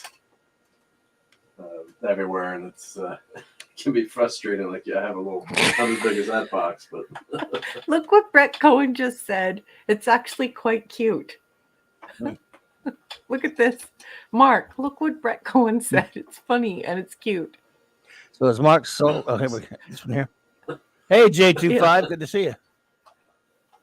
yeah. So Has Mark why's the sold a college few tuition kids not or been paid? pushed them out of home to buy more? Wow. And the Polly's Minion says I need an atomic turkey. She does. She does. Yeah. Hey, Canadian Spider-Man's here. Of course. Hey, Canadian Spider-Man. Spidey. What's up, buddy? Good to see you, sir. J25, so good to see you. Does whatever a Canadian spider can. That's right. That's Yeah, good to see you right. guys. So should we do a poll in the chat? Who would win? I guess The Gorn, Stay Puft Marshmallow Man? I or think Stay that Puft would be an Marshmallow? excellent poll. But you have to get the little Egon out of there, and you have to put somebody else in there. Think of who you can put in there. Spock. Who do you have handy? Do you have Spock? Do you have Kirk? Who do you have? Or maybe that guy from the Fantastic Four. Wait, we got. Put somebody. Get Egon out of there. Wait, I got Mr. Khan. What's Fantastic could beat Khan? them all. Oh yes. Oh, Khan. Get him on the rotator. Perfect. Okay, now do the poll. It's a Me? showdown throwdown on this You want Thursday me to do the night. poll? Yes, go ahead. Who would win in a knockdown, dragout, throwdown, Give showdown me a on a minute. Thursday night? Would it be Khan? Would it be the Gorn? Clobby? I can't type that. I'll laugh that I'm gonna- quickly. Take a minute. He can't do But the take a voice minute. while he's doing the poll. Or the Stay Puft Marshmallow Oh, what am I supposed to be Man. doing?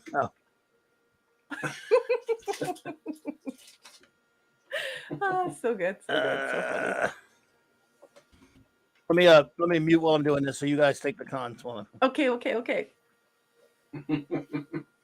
That was a Making good work for the idea, captain. Mark. I love Thank that you. idea for a poll. Brett, With- hold your fire. The word hasn't been given by the captain yet. You're going to fire at will in a second. Wait until the boss gets the pole up. You know what, Mark? I would probably try vacuuming that package that got wrecked. That sucks. How do you word it when there are three people in the fight? Oh, just do Who three comes out choices. and on top Who of would win? Who would win? out of these? Who comes out? Okay, who's Yes. choice? Who would win? Stay Puff, Gorn, or Khan? That's right. Come on. And while we're here, I found Hungry Boy's still here, right? So look at, I found some of my old artwork that I did as a kid. Oh, Look no how bad way. this is. That's not bad. You were a cute little kid. That's actually pretty good. Nice job, kiddo.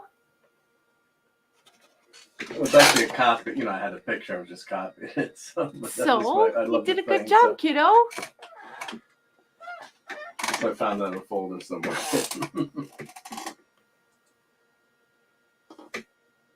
Nice job, nice job. That was before computers and stuff. That's right. Canadian Spider-Man says, Mark, I can't do that now. There we go.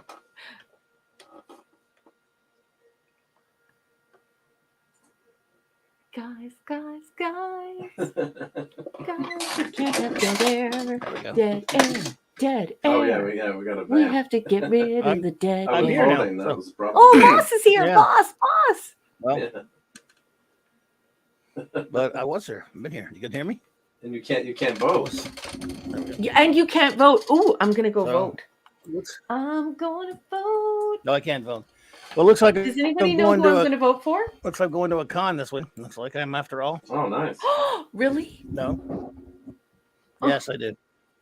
Make sure you look for UFO did. stuff. Or did you Well, already I can't go? tell you. Yeah, it's no, we're going Saturday. I decided wasn't going to go, but but going to be able to get some free passes and go hang with some friends that I don't get to see that much. So just Saturday. I'll be back in time for Saturday Night Star Trek, of course. But Nice. but yeah, but I will look for some UFO stuff now that you mention it. Yeah. It's just going down to hang out with some friends. If you find a Never get to purple see. wig, I'll give you $20 to wear it on stream. Who wins? Khan, Stay Puft, Okay. or Gorn? I don't Who go am on gonna camera, vote? so you'll never know. I'll never know. Yeah, I know the $20. Yeah. Gorn. Khan, Stay Puft, Gorn. Who am I going to vote for? I'm just going to do it. Just going to do it. You're going to vote for Khan. The superior intellect will help him defeat them both at the same time. Oh, I did a prejudice to vote. Sorry. This is great. This is we'll find a way. wonderful. The only one Khan can't beat is Kirk, but he can beat anybody tied. else, probably. It's tied. Oh, it's a 3-way tie right now. Wow. 33% each. Khan doesn't need a proton pack. He's gonna put some CD eels in Stay Puft's ears. That's right. Mm-hmm. They wrap There you go. around the cerebral cortex. I feel like the floor of a taxi cab. That's why we left Kirk out of the poll, because everyone would have picked Kirk. Okay, so she's a dog. I remember that line. Oh, it's one of the easily one of the most quotable movies of all time. That was when he saw Sigourney Weaver. Then when she turned into a dog. Yeah. Yes. On the top of the building. Yep. Oh yeah, that was great. So many great lines. So she's a dog. Okay, so she's a dog. He'll cross the streams. Wait, you're going to endanger us. You're going to endanger our client, the nice lady who paid us in advance before she became a dog. Clobby, you know the whole damn I love movie. that movie. That is just one of the greatest. I went maybe 10 some odd times in 1984. Then after that, I've watched it so many times. Yeah, Ghostbusters is one of the. I mean, it's one of my all-time favorite movies. Obviously, Oh, it's one of the best. top Yeah. tenor. Gorn Top is 10. now best, yeah. leading. Gorn is now leading with 39%, 18 votes, and the Gorn is in the lead. That's true. The Gorn is Peter Venkman is John Winger with Schooling. That's true. Listen, I think they're just voting for the Gorn because you do such a good impression of it. I doubt that. No, it's Larry, true. Everybody loves Larry. the Gorn impression. Larry! What's up, Larry, Larry? Hi, sweetheart. Larry, what are you doing up so Larry, Larry. late? Larry, Larry. Larry, Oh Larry. no! I say we gotta go now. Look, yeah. Larry, Larry. Sorry, get it? Larry, sorry. That's great. Sorry. Gotta explain No, it. it's great. I love it. Oh my goodness, this is. You're the gatekeeper or the keymaster, Dave? Boom, boom, boom, boom, boom, boom. And I got yeah, a we're not question for judging here. Raquel here. Which question, honey? All right, I'm going to read a quote from Ghostbusters. You can tell me what potentially. Well, just let me. Egon Spengler. I collect spores, mold, and fungus.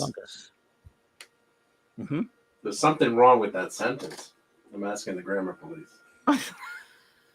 Spores, molds, and fungus. Oh, I know what you mean. I never thought about that, but I know the Right? grammar police. What does he say? He says, I collect collect spores, molds, Mold and fungus. What's the plural of fungus? Fungi. Fungi. So he's got the wrong tense in there. So when my buddy Rob that always watched Ghostbusters, like, it should be fungi, not fungus. It's singular or plural, and I'm not sure if you can do That's nitpicky fungus right or there. plural. Yeah, I it would was just need an to look inside at. joke between friends. So Yeah, I would actually need to look it up because a lot of people have a preference for singular and plural alteration, but sometimes the singular passes also for the plural. But in that one, I'm pretty sure it's fungi I would have to look it up. or funguses.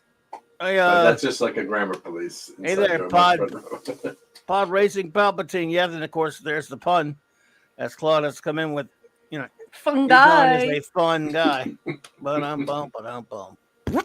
Good one though. Where did that sound come from? I love that This one. sound. Do that again.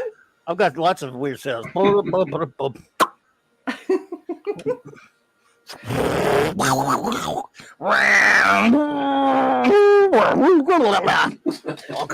all kinds of weird sounds up there. Oh my god! Wow! Oh my god! It's early. Oh, sorry. Okay, so Sorry, Mr. Angel. Mark, it is fungus singular, fungi plural, or funguses See, plural. my friend Rob was right. There you go. Yep. Well done. And he got kicked out of English class. Yeah, after teaching English for so long, I definitely don't assume that I know anymore. I always go and look because so many times you go and you find out that the British, it's just there are so many differences and there are so many different customs. You really have to. Oh, yeah. Yes. Anyways, very cool, very cool. I'm Vins Clartho, Keymaster of Gozer, Logos Zindalar, Lord of the Sibula. Are you the gatekeeper?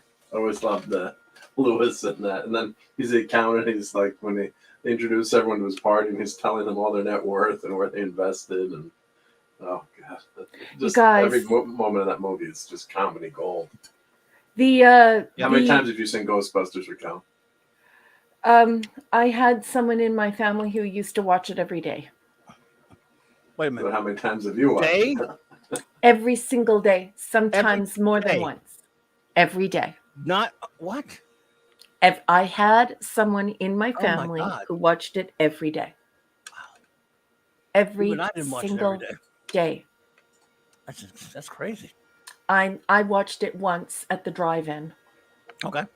I believe it was at the Twin Drive-In. Wasn't even the drive-in on the south side. It was the Twin Drive-In up in the north end? Weird. But I saw it at the drive-in, and it was a spectacular drive-in movie. Wow. Yeah, my my kids used to watch it. The babysitter would come over and they'd play Ghostbusters every day. I think for a year, this was on, in rotation, so they could quote the movie inside and out. Yeah. Yeah. Yeah, Canadian Spider-Man or Elk or Elks. Do you know what I mean? I personally am not for Elks. I am for Elk, although Elks is correct. See, this is what I mean when you get involved with English and you see so many different countries wielding their influence over English. You can't say, "Oh no, that's not correct." You have to go and check the good old OED. It is my Bible, the Oxford English Dictionary, the good old OED. And then you know for sure. But yes, elk or elks. That's the big one that everyone's been arguing about this year and last year. Elks or elk. Blue to yell. What are you doing, Mark, by the way? Oh, right now? Hello? Hmm? Hello? Hello? What someone said what? Yeah. What am I doing right now? You there? Oh, can Yeah. I thought you guys hear me? doing something. I'm going to go check the poll. What's happening with the poll? I was checking it too, but it takes me to Testing. 41% for the gone. I'm gonna have to come up with a. Yeah. Mine takes forever to reload this thing. Wow. I know. Dave, 22 I know. votes, though. It drives me up the wall when there's dead air. Bueller. Dead air. Sorry. Dead air. Can you guys hear me now? Or? Oh. I can hear you now. Can you hear me now? No, because my mic was messed up for a sec. You got me now, or? I got you now. And so does All Larry. right. Larry. He's like, finally. Well, I had turned off the crisp to trying something in my mic, and I guess it gotten messed up, so I apologize. Good old Crispy Crisp. Crispy Crisp is back on there. What messes up with a Bluetooth headset, and okay, I'm good. Yep. I think in honor of Hungry Boy, I think I need to come up with another a replacement for the tripwire, something to get something like that to have fun with, because I know he misses it. I know that, and I feel so bad for Hungry Boy. That's not he misses true. tripwire. He loved it so much. No. So, Hungry Boy, don't worry, man. Give me a week or two. I will come up with something to replace it. We can all have so much fun with. How about a Larry, list of like the 100 best movies? It's like got it all wrong. Something like that. My right? Larry sent you to That's the agony booth, Captain. And Hungry Boy saying, please don't. I want it to be genre related, though. So I might do something like science fiction TV shows or something, some really shitty list for that, maybe. But again, like remember, that's more of an opinion list, though. So it's not the same as this one. That was kind of a one of a kind. There are other comic book artist lists that I could probably torture him with. I mean, entertain him with. Hey, look at here. Rob Altus. Rob Altus. Oh, my goodness. Hey, Rob. And look, he put up Rover. My friend. I love that you put up Rover. Rob, dude. Thank you, man. I still have the this just last week, just a couple of days after Christmas. My toys arrived, at least the ones from Wandering Planet. I don't know if you got yours, but I got all I was able to order because I couldn't afford the whole kit and caboodle. I got my Schizoid Man set. I want a Clam Rover. I want Clam Rover too. And I've ordered from Big Bad Toys. Eventually, I will get it checkmate at least, but I guess it's probably not going to be possible to get these anymore now after this. But there you go, Rob. Just show him what I got there, Rob. Because yeah, man, all thanks to you. Well, I mean, I knew about it before. I ordered before that, but I'm saying thanks to you that I went and started getting a heads up about it back in September. Yeah, and I appreciate you for that, buddy. Larry wants to know who was number one on Tripwire. Who was number one? Well, of course it was Jack Kirby. But I mean, they could even they're not that insane. Yes, even they're not that insane. Zeta was number 2. But yeah, as much as I love for Zeta, that was just a really fit. But yeah, so Rob Altus, shout out to you, buddy. Steven says, Oh wow, no. Suggest Screen Rant, but YouTube recently changed its policy on swearing video. Yeah, they did. Yeah. Before BuzzFeed. it just Well, used to be in the before it just used to be in the chat, so you could sort of get away with some of the people on YouTube were getting away with curse words, the odd curse word in the video or in the audio and video, but not in the chat. And now it's all the way around. So yeah. hey What the frack? Lisa, look who's here. Lisa's here. Lisa, Hi, Good to Lisa. see you. hi, sweetheart. So I'm wondering about that. I mean, because a lot of our friends who, I kind of watch it anyway, even just in case. But I let fly once in a while. But I've been on streams many times and watched many streams of some of our good friends out there who stream, and they cut loose. They say it all, and I'm wondering Yeah. how this is. What's changed, if anything. Well, the profanity is an issue, as we talked about this a couple of years ago when I sort of threw out a prediction, and I'm not really usually a prognosticator, but we could see the diffusion happening with YouTube, where more and more people were going to use it, and it was going to become the new Facebook. So as we see more and more people coming on board, what we're seeing is this push for shorts and this push for vanity metrics. And so what's ending up happening is instead of having to share the money with these big channels who are, some of them are making like 30%. They're going to push. They're going to push for everyone to be using it. So I think now this is just my speculation as a comm scholar. I think what'll end up happening is that we may have the same thing happening to YouTube as happened in radio proper. So I think that there will be, these sort of shuttered, closed up area where adults can go and sort of have their serious radio experience that's more adult. And then you're going to have the more open public facing YouTube, which will entertain the masses of, people getting on to show their brownie recipe, showing grandma knitting a blanket, talking about cartoons or talking about movies or geek stuff or nerd stuff or just about anything, even, how to fix your bike. So I think it will be dividing soon, but it is something that is constantly evolving.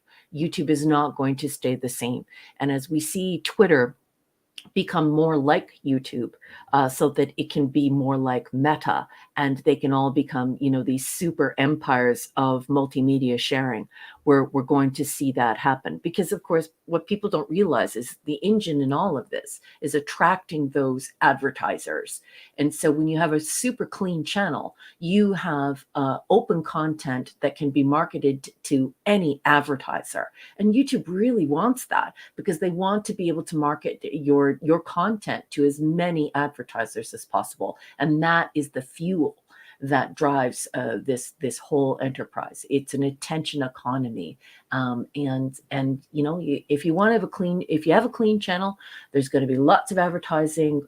There's going to be a lot of traffic driven to you. You will be prioritized by the algorithm, and it will work quite nicely for you. And if you curse, and lots of people curse, and they see no abatement of the cursing, and it doesn't seem to curb, I do believe that they will react by making a more closed off system like Sirius Radio and then the regular public radio. So that's my take. Okay. Well, there you go. Yeah. Do you think it's going to get more sterilized, you think, basically? Or I do, because there are channels out there where Clobby all along has been somebody who doesn't have a great deal of profanity on his channel. So sometimes Chris talks to me about it, and I think even Eric K and some people who I know talk to me about the types of advertising that Clobby receives, and it's really good. He has none of the yucky stuff that you want to keep away from you. And it's not really organic stuff either. It's not like grassroots, small, independent companies. Clubby's getting good advertising from really good advertisers. So, that's going to prioritize his channel. And we're going to see the algorithm moving towards cultivating the content that can garner the most advertising dollars for them. So, I mean, it is important. I mean, I guess for the bigger guys, it's a little different because, you know, Yeah, they're so I was getting, gonna. That was my next question. Sorry to interrupt, but like, what the bigger channels are they still swearing like nuts? It doesn't affect them because they've got such a huge audience, well, and they're, the advertisers don't care, or well, I think how they're reacting now is they're reacting through niche. So let's say, you know, like Sasquatch soap or manscaping products, really like highly focused products are being assigned to those huge channels. But it's also important to remember that they're getting click through money.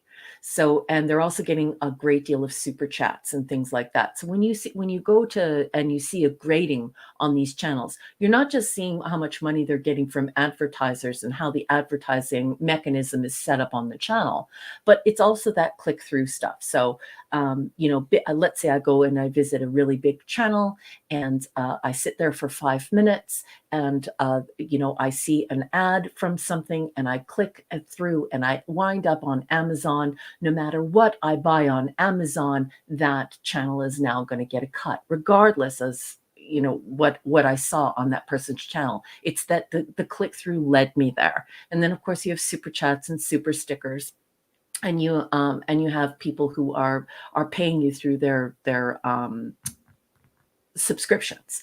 So it's really a multi-pronged approach, and so we're going to see that affect the bigger channels last. They will be the last to be impacted by this, and of course it's going to be gradual.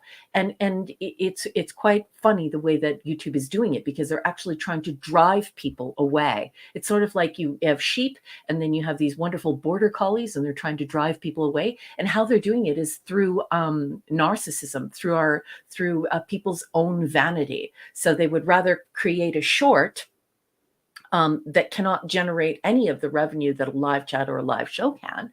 But what it does is it draws in 6,000 or 7,000 views through these shorts that people are addicted to right now. So they're trying to drive the content creators to being more content and less and they're going to get far less money. But that's going to happen very gradually. But you'll see them nipping at the heels of the herd and driving the herd in a very specific way. And right now they're driving through shorts, and right now they're driving with profanity. And that's how they're moving the herd. And where the herd ends up, it remains to be seen. But as I have articulated here, I have some good ideas about what that involves and how it's going to take place, as I've said.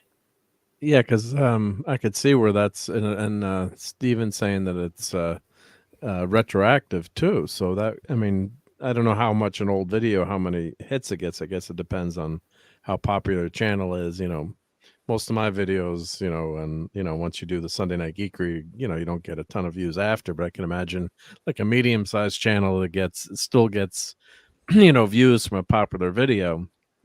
Maybe it's not quote unquote viral anymore, but still gets a bunch of hits each week. Like I have one Spider-Man Green Goblin video that always gets hits. Like for me, it's, you know, a lot, but like 30 or 40 hits a day, which is weird. It's like one of the only videos that always gets hits. Like some of the other videos are totally dead, but that gets hits. So I can imagine like a medium-sized channel, if they have a bunch of videos that are, you know, semi-popular and still getting views, and then boom, those, I guess they get demonetized. They're not off your channel, but you get no advertising revenue. Then it's boom. But then people are still watching I the think videos, that, I guess. So YouTube like I still said, makes money, or well, like I said, this is more. I want you to think of everyone on YouTube as a herd of sheep. And so what you're seeing is the nipping at the heels. So there will be different drivers, right? So the one driver will be access to a myriad of advertisers, and then you'll see specialized advertisers wanting to be on certain shows to magnify their audience, and it's a very specific psychographic. Let's say it was like a man show where men talked about men things, and they wanted to sell men's soap or men's underwear or men's t-shirts or manscaping appliances. They're going to do that first. So that's going to be first, right?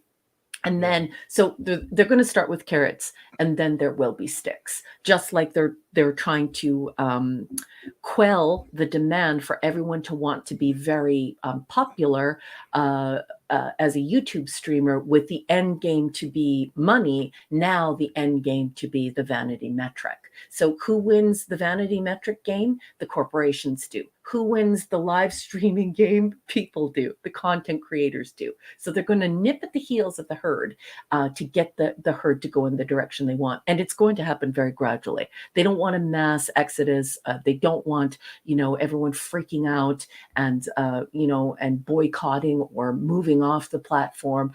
They don't want to do those sorts of things. So they're going to move you like a herd of sheep, and you'll feel the little nips. And what's crazy is that the sticks will feel like carrots. And right now we can see that with shorts. Want to get somebody all up and excited about something? Show them how many views they can get. Play to their narcissism. Play to their own vanity, and then they won't worry about becoming the next big YouTuber, because all of their videos have 7,000 or 8,000 hits. All of their shorts. So you're going to see the transformation of YouTube into a different kind of system, and it's going to be used by a lot more people than it currently is. But yeah, because the shorts that I do get a ton more hits than I do. Some of them I'll do long form review, excuse me, of a toy or something, and get like 50 to 100 hits, and hey, I'm very glad that people watch it and take the time to do that. I'm not complaining, but if you do a short that's 15 seconds with the same figure, you could get, like you said, anywhere from 500 to 5,000 for Right. minimal work and effort. You do pick up some subs. But yeah, it's a totally, and of course this is in all tied to TikTok, the popularity of TikTok, so they're trying to compete with that. And I mean, it's addictive. Snapchat. And Snapchat. A lot of people in North America don't really want to use TikTok for reasons that I don't want to get into on air, because I don't like to talk about politics. But a lot of people do, consider TikTok like some sort of a plague that they want to stay away from. So I think I think that's also a major player in this conversation, is also those people who don't want to use TikTok, and perhaps those who aren't interested in Snapchat would like to see their own platform expand to be capable of doing these multimedia a multimedia service. So we're going to see Elon Musk moving toward giving unlimited video time. So we're going to see the same type of content you see on YouTube. We're going to start seeing that on Twitter. And there's a significant difference between providing a URL that winds up being embedded in a post on Twitter than directly uploading to Twitter. And recently, Meta, or Facebook, has changed their algorithm to prioritize reels or videos directly uploaded to Facebook, instead of just people placing their URL and it populating and then redirecting them to YouTube, right? And this isn't just about making sure that your platform becomes the mega platform. This is also about the fact that when Facebook sits down to sell its advertising and everyone is using YouTube to share videos, what's happening on the consumer end? The consumer comes in and they have a 360-degree immersive experience in advertising. But the second that they see that Bugs Bunny video or that pool video or that Migo video, they're going to click through, and that click through takes them to YouTube. And what's going to happen when they get to YouTube? They're going to be watching YouTube commercials before they get to that video. And then after that, they're going to stick with the shorts. So do you see why they're going to start sculpting the algorithms to not only have the ability to do everything that YouTube is doing, but the ability to retain the audience and not have that click through to somewhere else? And where we're seeing that benefit, only one company is YouTube, because the click through is to Amazon. Well, Meta wants you to stay on Meta so it can market your advertising, and Twitter wants you to stay on Twitter so it can market your advertising. So different platforms will request different restraints in maintaining the customer on that platform and that platform only. So we're going to see some transformation there too. Well, that's why Twitter initially, I don't know what's happening, but they didn't want people posting other companies or links, or there was some, I don't know the exact policies of what were happening, but yeah, and TalkTick is getting banned and all. We won't get into that, but it's getting banned in all kinds of places. That's right. So yeah, it's an interesting. Yeah, do you want Twitter? We always post, hey, go watch my video, but from what Musk has been saying, he doesn't want.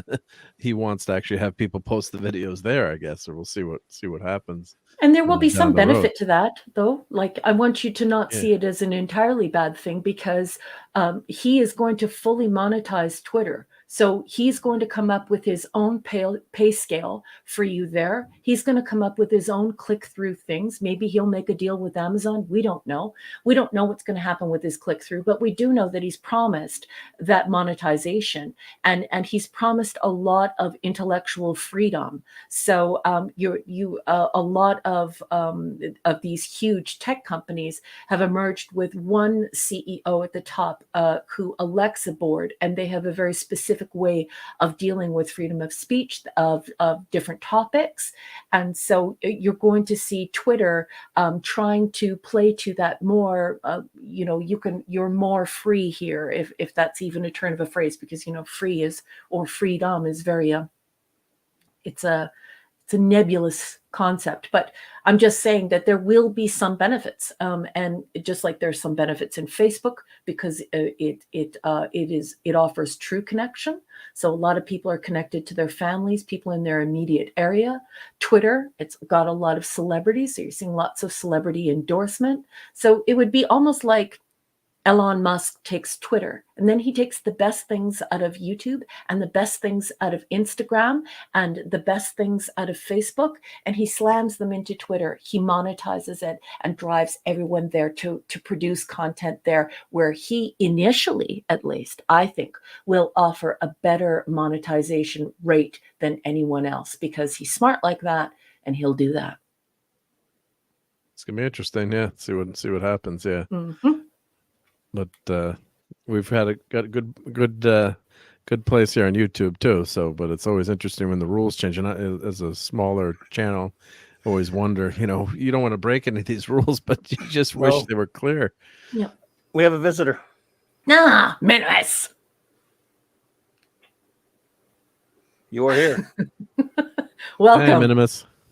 Yo, you there? I can't hear you. Welcome. Is he having mic problems like me? I don't know. He'll Looks like he's here. Are you there, dude? Minimus. His icon's here. Thanks. How about now? Now. We got you, baby. We can hear you. Can anybody hear me? All right, hear you.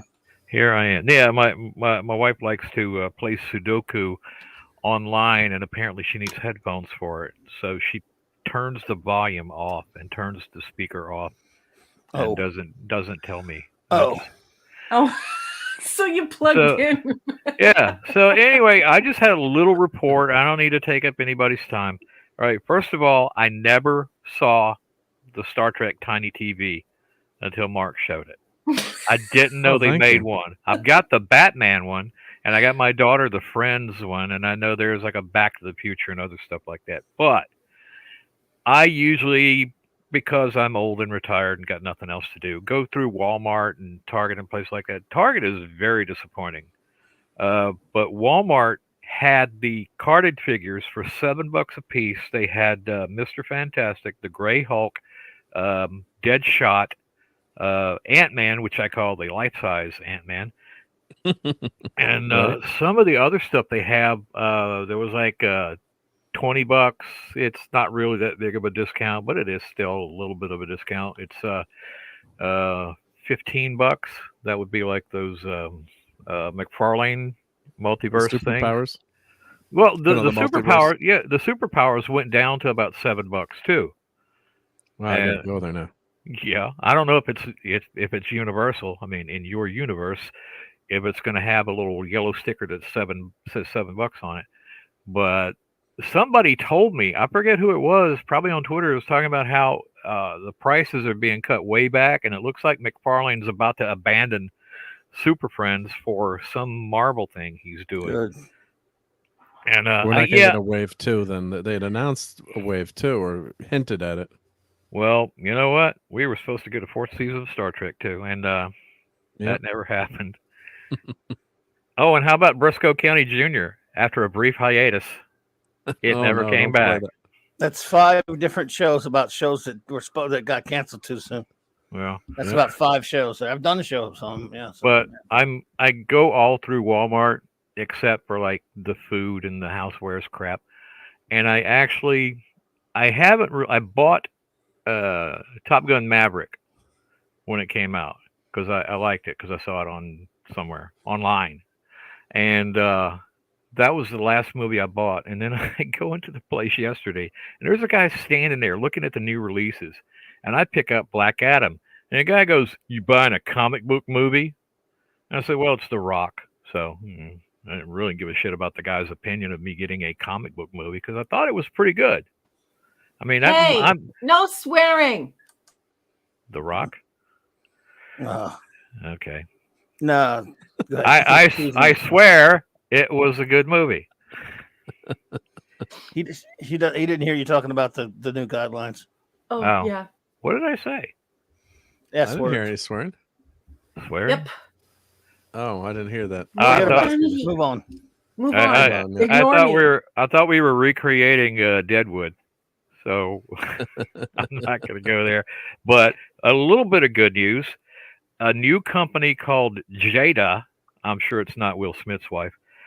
It looks like it's going to be doing that Dracula figure that Nika announced for a November release, and it should be coming out pretty soon. It just looks a little bit different. The Nika face sculpt looked awesome, and this one looks like they did some kind of glossy paint. I hope it's like a first pass, and that's not really what they're selling, because it does have all like the alternate heads and hands and stuff like that. But that was one of those things that just went away, and nobody could tell. Even Mark couldn't tell me where it went.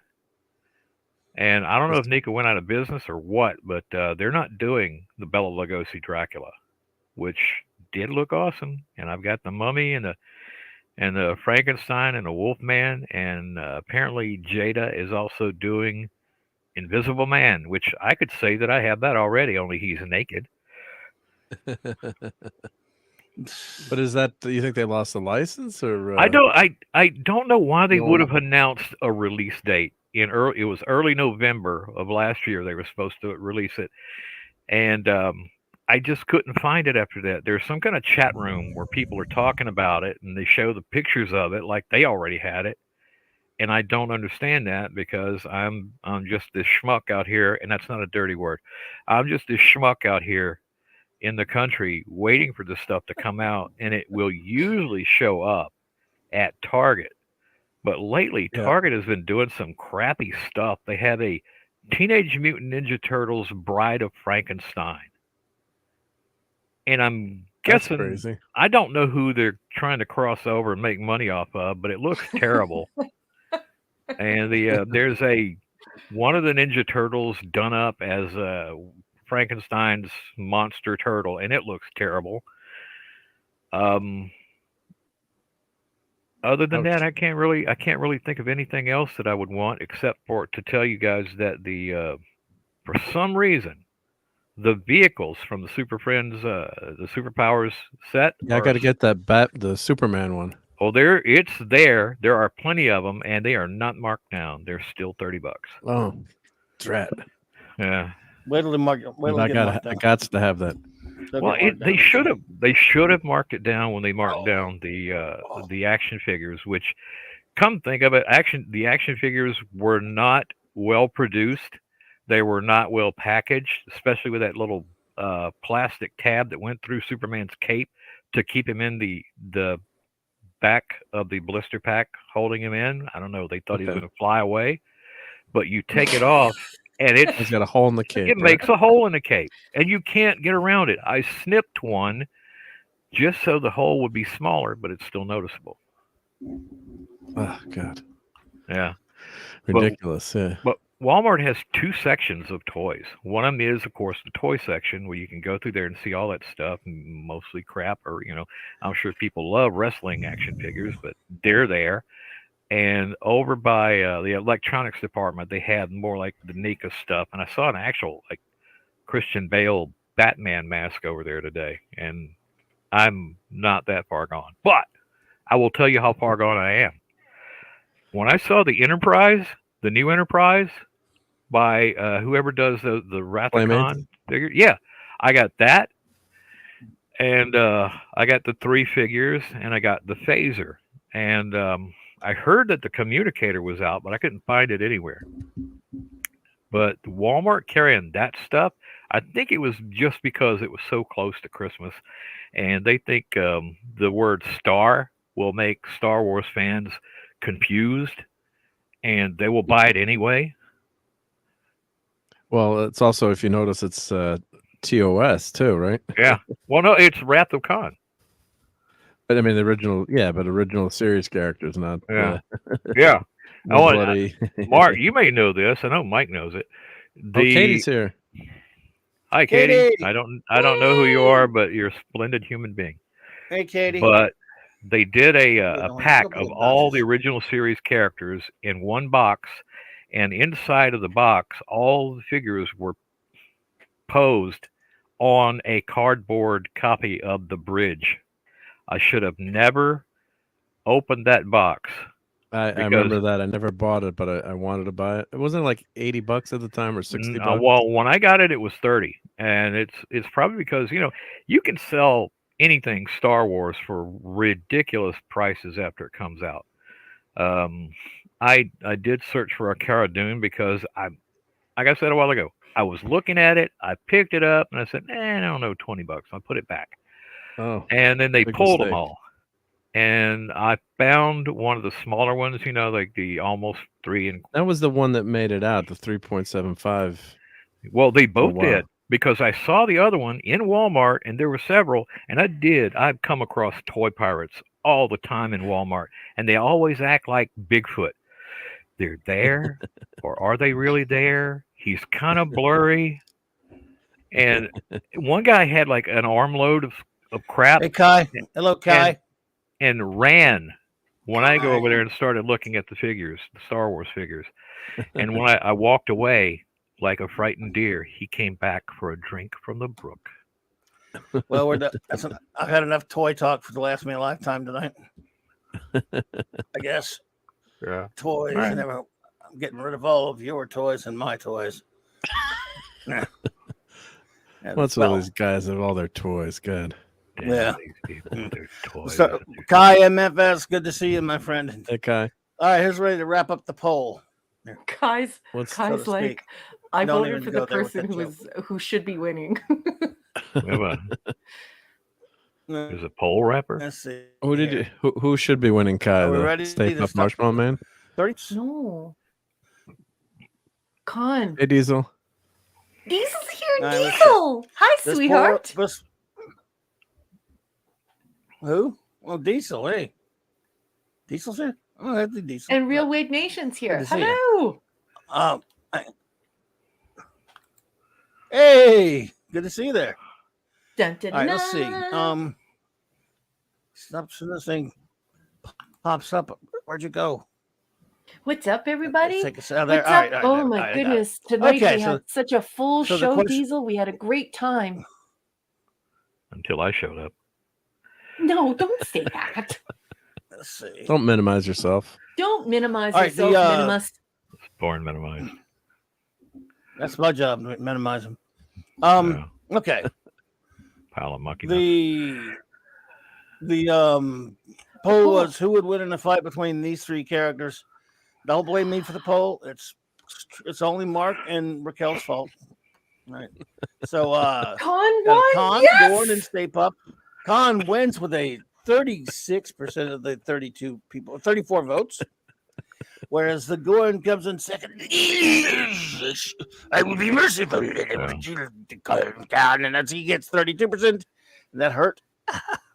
And Ouch. But it's so poor old good. Stave Puff Marshallman comes in last place with 29%. Sorry, Man. Stave Puff. I don't get a vote. Otherwise, I'd have probably voted for him. Yeah. You know what would have saved Star Trek from that horrible Nintendo 64 Gorn that showed up in the other stuff? If they had had one more episode of the original series with a Gorn in it. I don't know. You think so? Oh, Would because have they had wouldn't that have really- touched it then, you think? Going, Gorn. I don't Yeah. know. Might be a Could have been little- on Journey to Babel. Could have just showed up, walked through there. I hate these humans. They taste like chicken. So the That's so good. I've had a belly pull. all right. Anyway, let me we're gonna start closing it up here tonight, folks, because we've been on for way over 3 hours and way over it. And I just wanted to say, let's see. Don't worry, Hungry Boy. I'm coming up with a good idea to, that is close to tripwires we can get, because I know you need it. But before we let's see, one other thing. This week, just a couple days ago, marked the 45th anniversary of one of the greatest TV shows of all time, Blake 7, with the premiere of the first episode, The Way Back. Of course, I've ranked this series and ranked them all. I have this at 35. Excuse me, 32.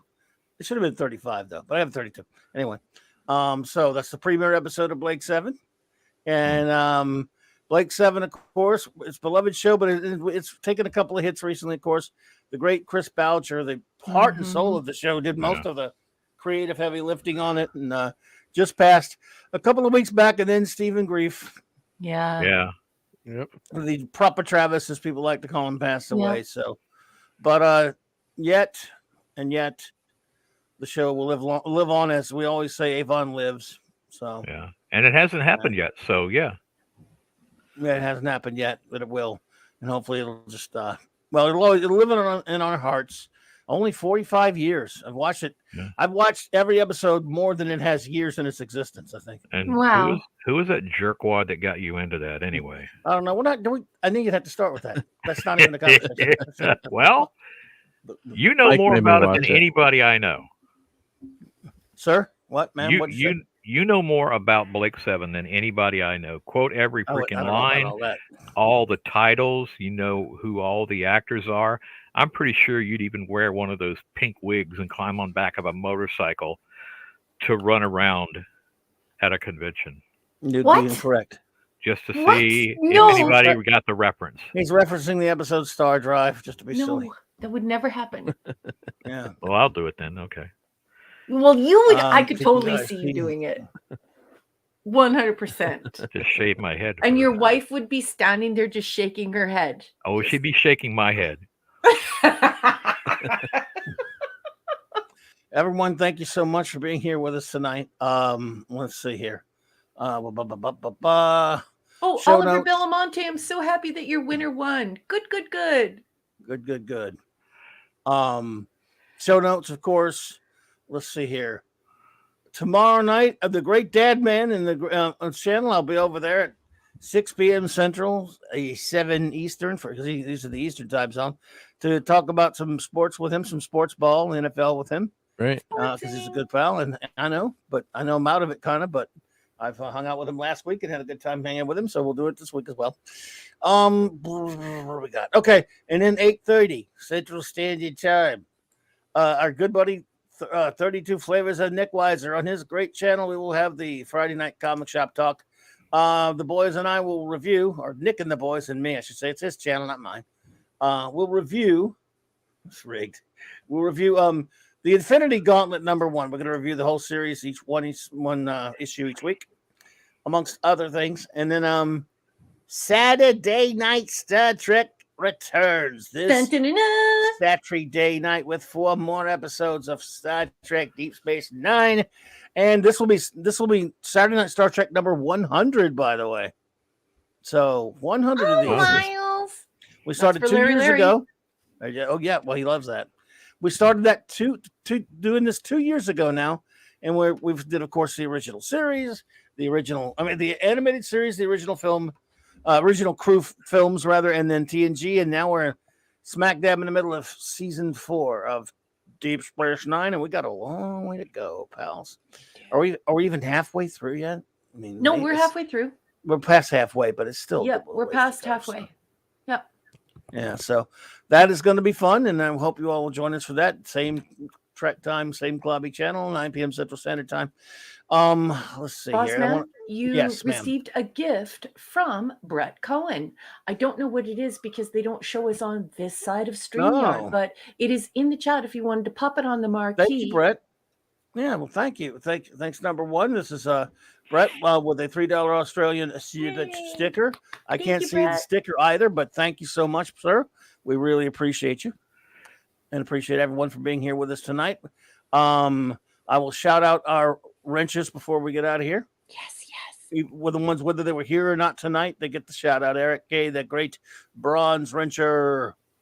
Good night, sweetheart. I know he had to run, but the Chris Persha, the Vindicator wrench of the North, always gets a shout out. Night, honey. Don't think he was here tonight, but he gets a shout out anyway. He does. D. Bud Martin, the Rich of Iron. Yay, love you. Hungry Boy. Oh, sorry, Hungry. Where? There you are. Hungry Boy. There you are. Sorry, I'll get the other ones in a second since I already said you because I said I'm out of order. Damn it, what the her? Can't do anything right tonight. Sorry, or ever. It's Hungry okay. Boy. Like I was Thank super you, buddy. rusty and out of my brain tonight too. So don't worry, boss. HB, we love you. Yes, Hungry Boy, buddy. And then, of course, Lord Thoth, Alon lives, long live the Legion. LT. Phantom Outsider. Fenty. J-Man, the wrench without fear. Jay. The Super Wrench Kal-El, buddy. And, of course, the Thor Wrench of Vegas. Yay. Maddie's daddy. And big shout out to the pupper, the official puppy dog. A clobber in time. So, Polymies Minion, take care, dear. And the pepperoni. And guess who just walks through the door? The great maker himself, Andy Masterson. Welcome, Andy. Hey, Andy. Andy Masterson, thank you so much for popping in, sir. Good to see you, my friend. Always honored to have you stop by. The maker, indeed. The maker of things. So, all of you, we will, of course, give out all the proper shout outs on Saturday night. We shouted everybody that came in, got a shout out tonight. And we will do it so again more thoroughly on Saturday night. There are those who are here anyway. Those who are not, hey, look, just go ahead and let's get this first big weekend of first weekend of 2023 started and on a roll. Rob Altus, thank you, buddy, for what you did, buddy. I appreciate you. Yeah, really good. Have a fantastic weekend, folks. Appreciate you. Yeah. And let's where's Andy was here for the whole show, boss. He's at work. Oh, but cool. he's lurking and working. But Andy wanted to let excellent. us know that Thanks, he was buddy. with us. Andy, Oh, that's fantastic. great. Thanks, Andy. sweetheart. Have a great day at work. Appreciate you, man. Always a pleasure. We got to get you back on here soon, buddy. Thank you so much. And everyone, and again, big shout out and thank you, of course, to the great Michael French of Retro Blasting for joining us. Appreciate you, Michael. And a big shout out to all the lurkers out there, those who lurk, listen as a podcast, as Raquel calls it, and anyone watching later on a download or a rewatch. We really, really appreciate you. I don't say it enough, but thank you, thank you, thank you. Good night, my friends. Please enjoy these important messages and end credits. Good night, everybody. Good night.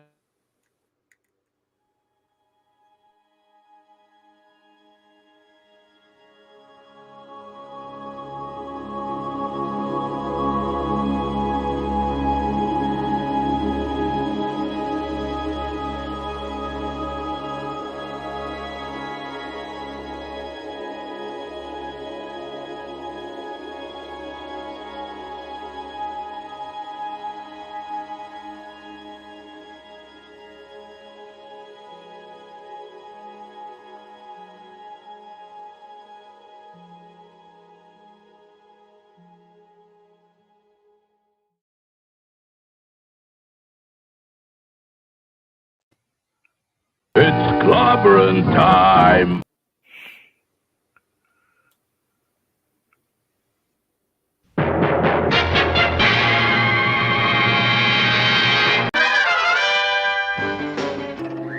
Atomic batteries to power. Turbines to speed. Roger, ready to move out.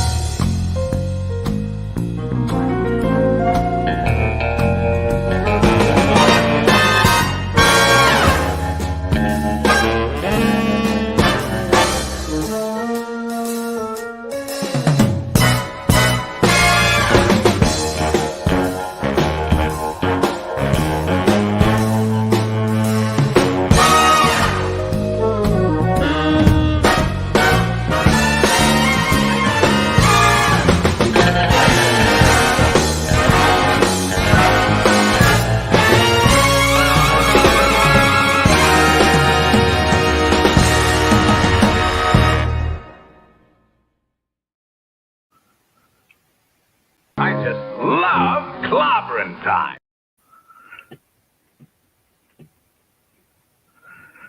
Night, everyone.